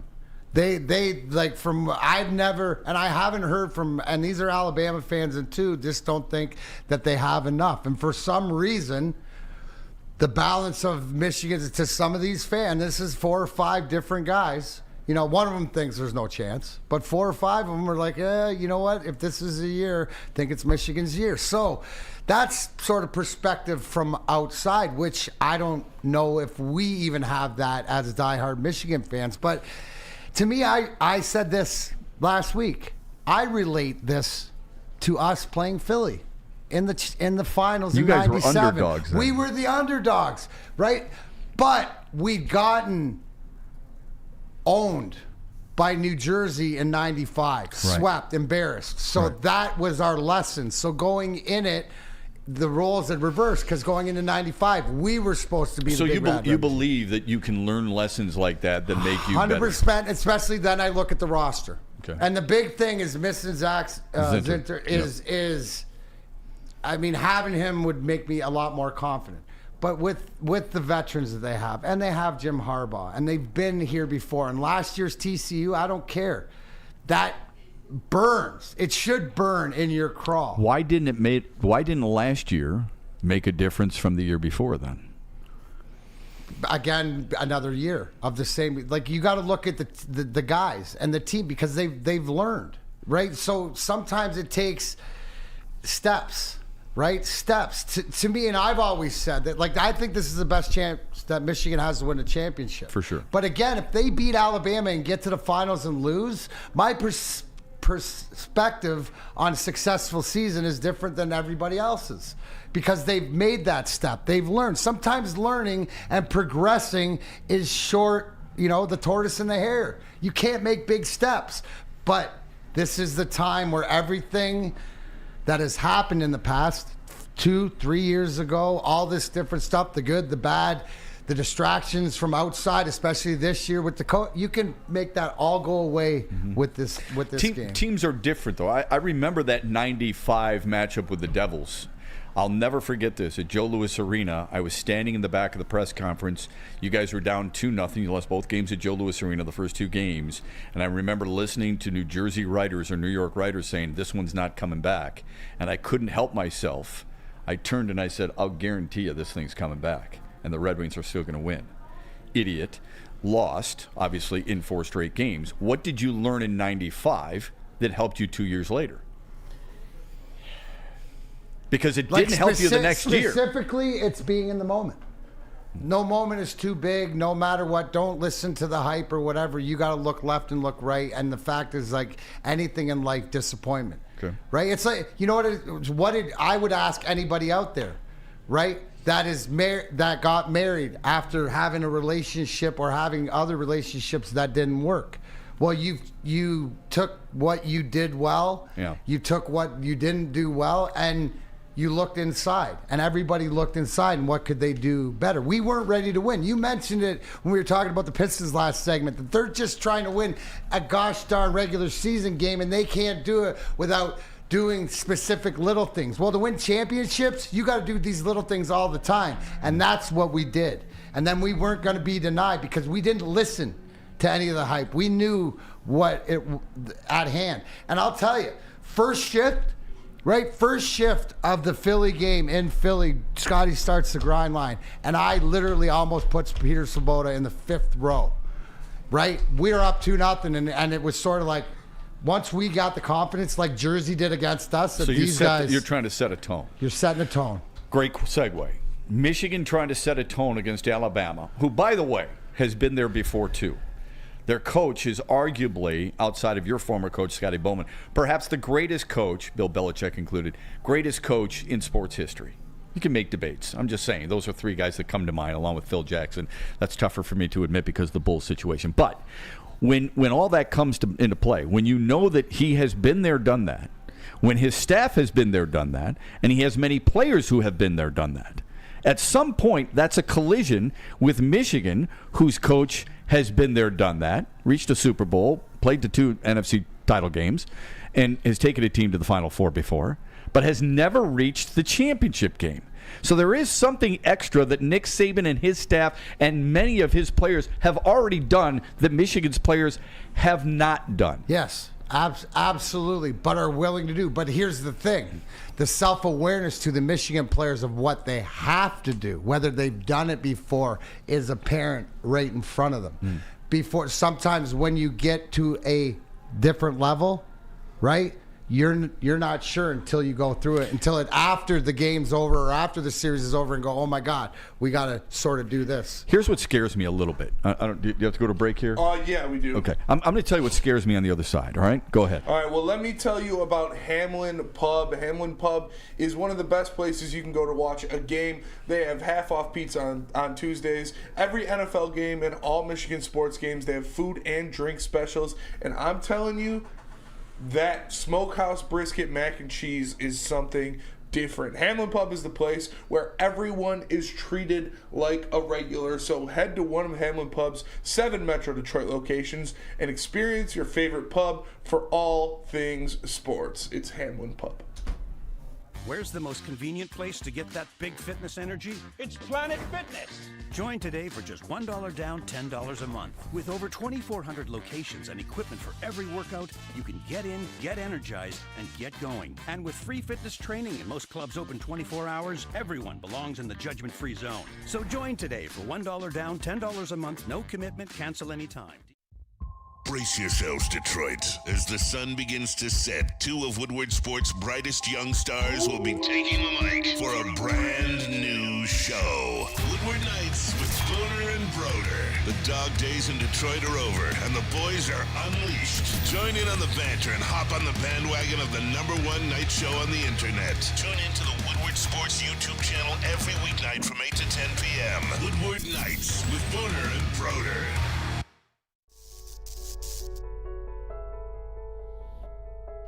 We've just received word.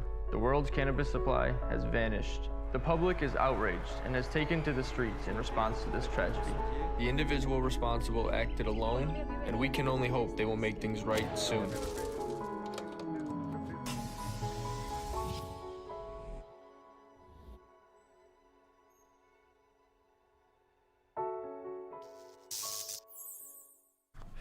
Feldman Chevrolet, Michigan's #1 Chevy dealer. Make sure you guys go and check them out. They have multiple locations all over the state of Michigan. Our show and the morning show every other Monday will be at the Novi location. You can come there, hit up our guy Ryan Palter, and get some of the best deals on Chevrolet products. So make sure you guys check out any Feldman Chevrolet throughout the state of Michigan. Big D Energy, Woodward Sports Network, Matt Shepard in for Neil Roll, D-Max, Ben Morax, BMG. And we were just talking about what you're worried about in the national championship game. National championship semifinal. Game. You and I play golf, right? Yeah. You have a routine, don't you? Yes. When you get ready to hit the ball, you have a routine. Pre-shot routine. There you go. When you were playing at a championship level, there are certain things you did every day, right? Absolutely. I think athletes are creatures of habit. I could be wrong Creatures with of all habit of them, is a good one. Other people say superstitious, but one and the same. Okay. When you lift, when you work out, there are certain things you do, right? You have a certain routine. I think Alabama has their routine down. From the time they won the SEC title game till the time they kick off against Michigan in the Rose Bowl, they will have had their routine, the same routine that Nick Saban takes his team through on a regular basis. And it's a proven routine. How much time to give guys off, what they're doing in between practices, how often their practices are, how physical they are. There are reports that Michigan has changed up their routine. And it's probably a good idea because, the past routines really hasn't paid off for them. But that's what concerns me. My concern is that it's proven for Alabama and their preparation for this type of event, and Michigan is still searching for what the right remedy is for them. But that's all part of the process. That to your point where you said last segment, you consider Nick Saban one of the greatest coaches in any sport, right? And you look at Nick Saban's track record of where he's been and what he's seen. So he's been able to take from the NFL, from Michigan State, from Alabama, and it's just doing it over and over because it works, right? I'm sure they used that preparation as they got ready to beat Georgia in the SEC championship, right? So they know what they're doing, but it's also a part of Michigan, which makes me feel better. So what hasn't worked in the past, you're going to change up upon. But to your point, they're still looking for what that preparation is. Okay. I guess it comes down to who do you believe in, oftentimes. It's not that I don't believe in Jim Harbaugh or this Michigan team. I mean, there's a reason they went unbeaten. I read an article the other day where somebody was questioning Michigan because in their first 9 games, I believe it was, their average margin of victory was 35 points or so. And the last 3, their average margin of victory was 12. And my thought is, who cares? I don't care how much you win by. I don't care if you win by a goal or 5. I don't care if you win by 15 points or 5. I don't care if Michigan wins by a safety or 2 touchdowns. All I care about is whether or not they win. 100%. So that's we narrow things down so finely, so infinitely to little nuances to try and prove a point or get support in what we believe is going to happen. And I think you're kind of reaching in that regard. I don't think it's any accident, though, that people believe Alabama can or will win because of the guy in charge and how he's been able to turn that team around. Well, you know how before a game, right, and you see it in graphics a lot of times, and especially like in old, they put the 2 teams up and then they go quarterback position. Yeah. Who's got the advantage? Defense, who's got the advantage? But if you right here, this is the one time where you can say that in coaching, Nick Saban has the advantage over Michigan, right? Which usually going into a game, you're not going to say that. At least even this, Ryan Day, Jim Harbaugh found a way to beat him. James Franklin, no one takes him serious because Penn State always Penn State, right? Kurt Ferentz to whatever else, he just figured out how to get the bag, right? But when you come against Nick Saban and the Kirby Smarts, and this is also an opportunity not for just the team, but for Jim Harbaugh to prove. We don't know what the future holds for Jim Harbaugh, right? As far as with the NFL or anything like that, that'll be sort of speculation. But I guarantee you, a win carries him a lot further along if he wants one of these jobs. How come they're not saying the same thing on the other side, or maybe they are, and I'm just not aware of it? Why is nobody suggesting that with Kalen DeBoer or Steve Sarkisian, with Texas and Washington? I don't know. It's just isn't that wild? It is. It's really weird. But we're not in those markets either. Maybe they are. That, Shep, to the fact that is crickets. People are saying, who are those guys? Other than the coaches for the 2nd and 3rd ranked team. Yeah. And by the way, Kalen DeBoer was the former offensive coordinator at Eastern Michigan. So we should know who he is. And he was really good there before he went on to Fresno State and now doing a hell of a job in Washington. So there's a cool matchup there either way, right? Both matchups are neat. Looking forward in the Lions' possible playoffs, how cool of a matchup would it be to have the Lions entertain Matthew Stafford and the Rams? Is that something you would embrace, or does that worry you because of his ability and how good that team is starting to play right now? You know what? I'd invite it. I'd invite it because I think I'd rather play the Rams. Maybe I'd rather, then Seattle sort of has your number. Like you're gonna really. I don't know. We haven't figured out. See, what I like about Stafford is he's a pocket passer, right? The fact that I'm not worried about his mobility. I'm not worried about Drew Lock's mobility either, though. What's that? Seattle. I'm not worried about Drew But Lock's they just ability. figured out. Drew Lock just figured out a way to go 98 yards and get a game-winning touchdown. I agree with that. With Drew Lock, you'd probably take. But there's an argument. I'm not scared of Stafford coming in and giving away the win to the fact that we're hosting a home game, so it shouldn't matter who you play. I mean, that's sort of the way that sports usually works, though, isn't it, Shep? Yeah, I think the Rams, first of all, I think it'd just be a great storyline, first and foremost. Okay? I think Matthew Stafford is, for the most part, I think people still appreciate what he did here, what kind of pro he was here, how much he loved it here, and how much he gave back to the communities here. It is kind of funny to me. I always hear fans say, I want somebody who wants to be here. I look at him, I go, no, you don't. No, you don't. You just want somebody who wins, and that's okay. But don't tell me you want somebody who just wants to be here because Matthew Stafford, wanted to be here, loved being here, and people didn't necessarily like him. But I think it would be a great storyline for him. Aaron Donald scares the hell out of me, but him and Donald and the Rams coming here and playing indoor and having Jared Goff the opportunity to knock that team out and Matthew Stafford vice versa for his old team. I'm a big storyline guy. So am I. And maybe that comes from my TV background, but I think that is a phenomenal story to follow. Comes from my wrestling love. It's all about the storyline, and this is the apropos way. And as a Lions fan, don't you want to? It's in a lot of the same ways. I guess you could draw sort of comparisons about Michigan having to beat, Alabama, which is Detroit having to beat their old quarterback who's trying, to knock them off. So especially in the Rose Bowl and two of the more storied programs in college football history, Michigan, Alabama. You really don't have to say much more than that. When you get those two teams, it's like Notre Dame too, right? I'm sure Penn State is probably in that conversation, but because Michigan plays them annually, it's not as much. But to see Michigan and Alabama, just hear those two words, it's big. It's not. Look, there are certain things that TV creates. TV created the Tiger Charlie Woods thing with the PNC Championship last weekend, right? All they did was show Tiger and Charlie Woods. And it's a great story because Charlie Woods has got a swing I'd die for. Yeah. But there were so many more father-son combos that were better than that. But that was the storyline. Everybody knew it. That's what they beat into our heads for 3 to 4 days. This would be one of those things, Lions against Matthew Stafford, that didn't need to be beat into our head, that it would be constantly brought up. And same thing with Michigan, Alabama. Michigan, Alabama, you don't have to beat that into our heads. Anybody who follows college football, anybody who follows sports knows that this is a marquee matchup, whether it's playing in the Rose Bowl or playing in Tuscaloosa. Oh, amen. Amen. Just, you know what, it's also slam dunk?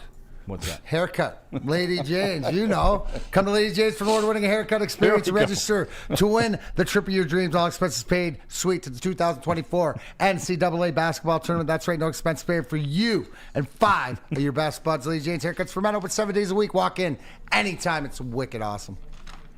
Come to any Lady Jane's Haircuts for Men for an award-winning haircut experience from one of our talented stylists and register for a once-in-a-lifetime opportunity to win an all-expenses-paid suite for the 2024 NCAA tournament for you and 5 of your best buds. That's right, college basketball's most elite event. You and your 5 best friends just get to any Lady Jane's today for an award-winning haircut experience and automatically register to win the trip of your dreams. Lady Jane's Haircuts for Men, open 7 days a week. Walk in anytime. Lady Jane's, it's wicked awesome. Join Woodward Sports' own Jeff Iafrate, along with special WSN guests for the most anticipated Lions season in decades. Filled with different surprises and expert analysis. You're not going to want to miss out. Go to our Woodward Sports YouTube channel on Sundays and tune in live from 9:30 to 11:30 a.m.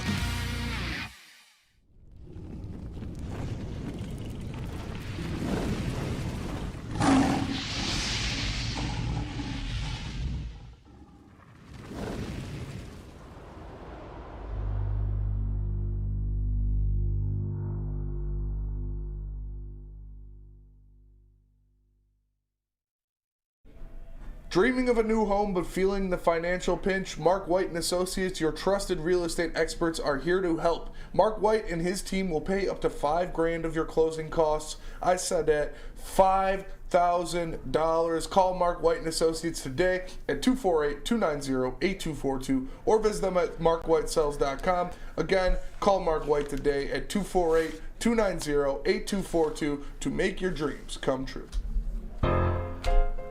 Welcome back. Last segment, Big D Energy. Thanks for joining us here on this Wednesday before Christmas. Holy cow, end of the year coming up, less than 2 weeks away. Shopping done? Where'd it go?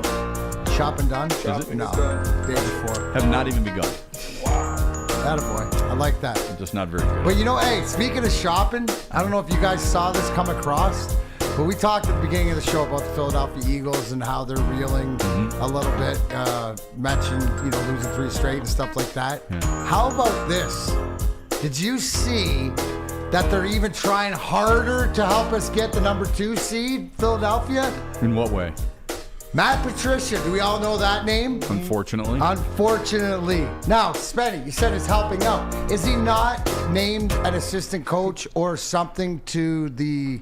He already was. What's that? He already was. He became their defensive play caller in Right. this game. He's not their DC. No. But he's their defensive play caller. Okay, so please explain that to me. Why would you have a guy not your DC calling the plays? Well, according to their head coach, he made the choice to change that responsibility for game day duties because they had struggled mightily. And what did we see? I'm going to be honest with you. Let me get this straight. I do not like Matt Patricia. Didn't like him here. Didn't enjoy dealing with him. However, I don't think he should shoulder the blame for that loss against Seattle. Seattle rushed for 100 yards, man. I mean, Drew Lock threw for 200 yards. I mean, they turned it over twice. Jalen Hurts had 2 bad picks. Okay, they gave up a couple of key sacks. I thought the last drive was. I mean, did you see those catches by DK Metcalf? Yeah, there's 2 incredible catches, and both times they were covered well. The pass to Lockett for the game-winning score was an incredible throw.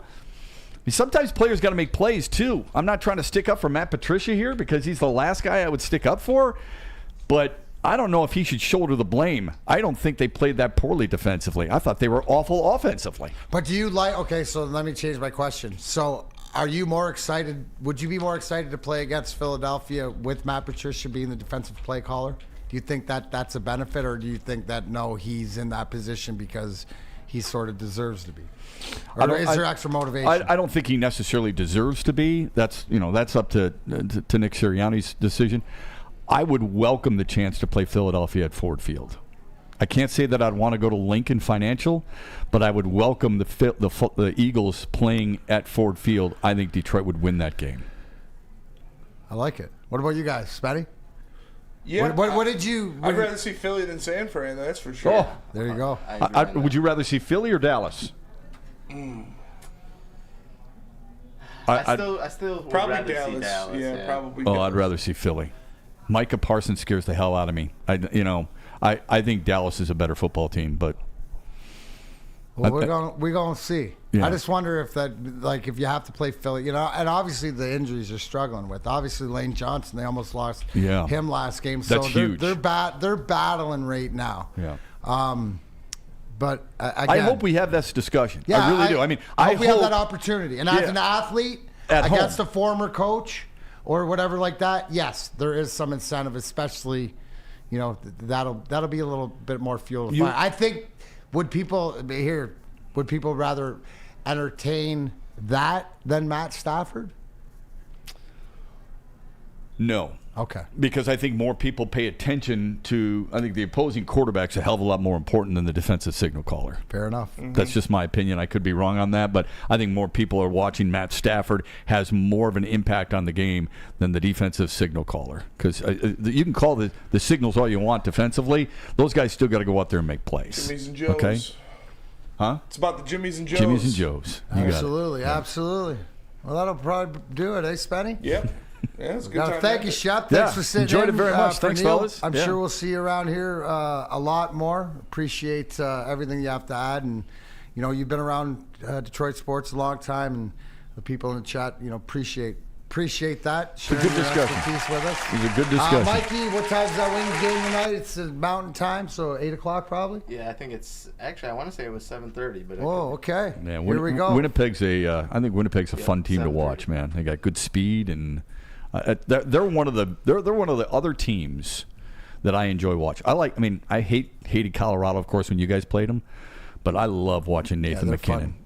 fun. I love him, and I love watching Connor McDavid. I'm telling you, man, Connor McDavid is the greatest skater I've ever seen in my life. Great talent in the NHL. What they're Yeah. going to watch tonight. We'll be back tomorrow. Neil will be back. We'll talk to you for Spenmo Racks, BMG, Matt Shepard. I'm D-Mac. Big D Energy. We out. Deuces.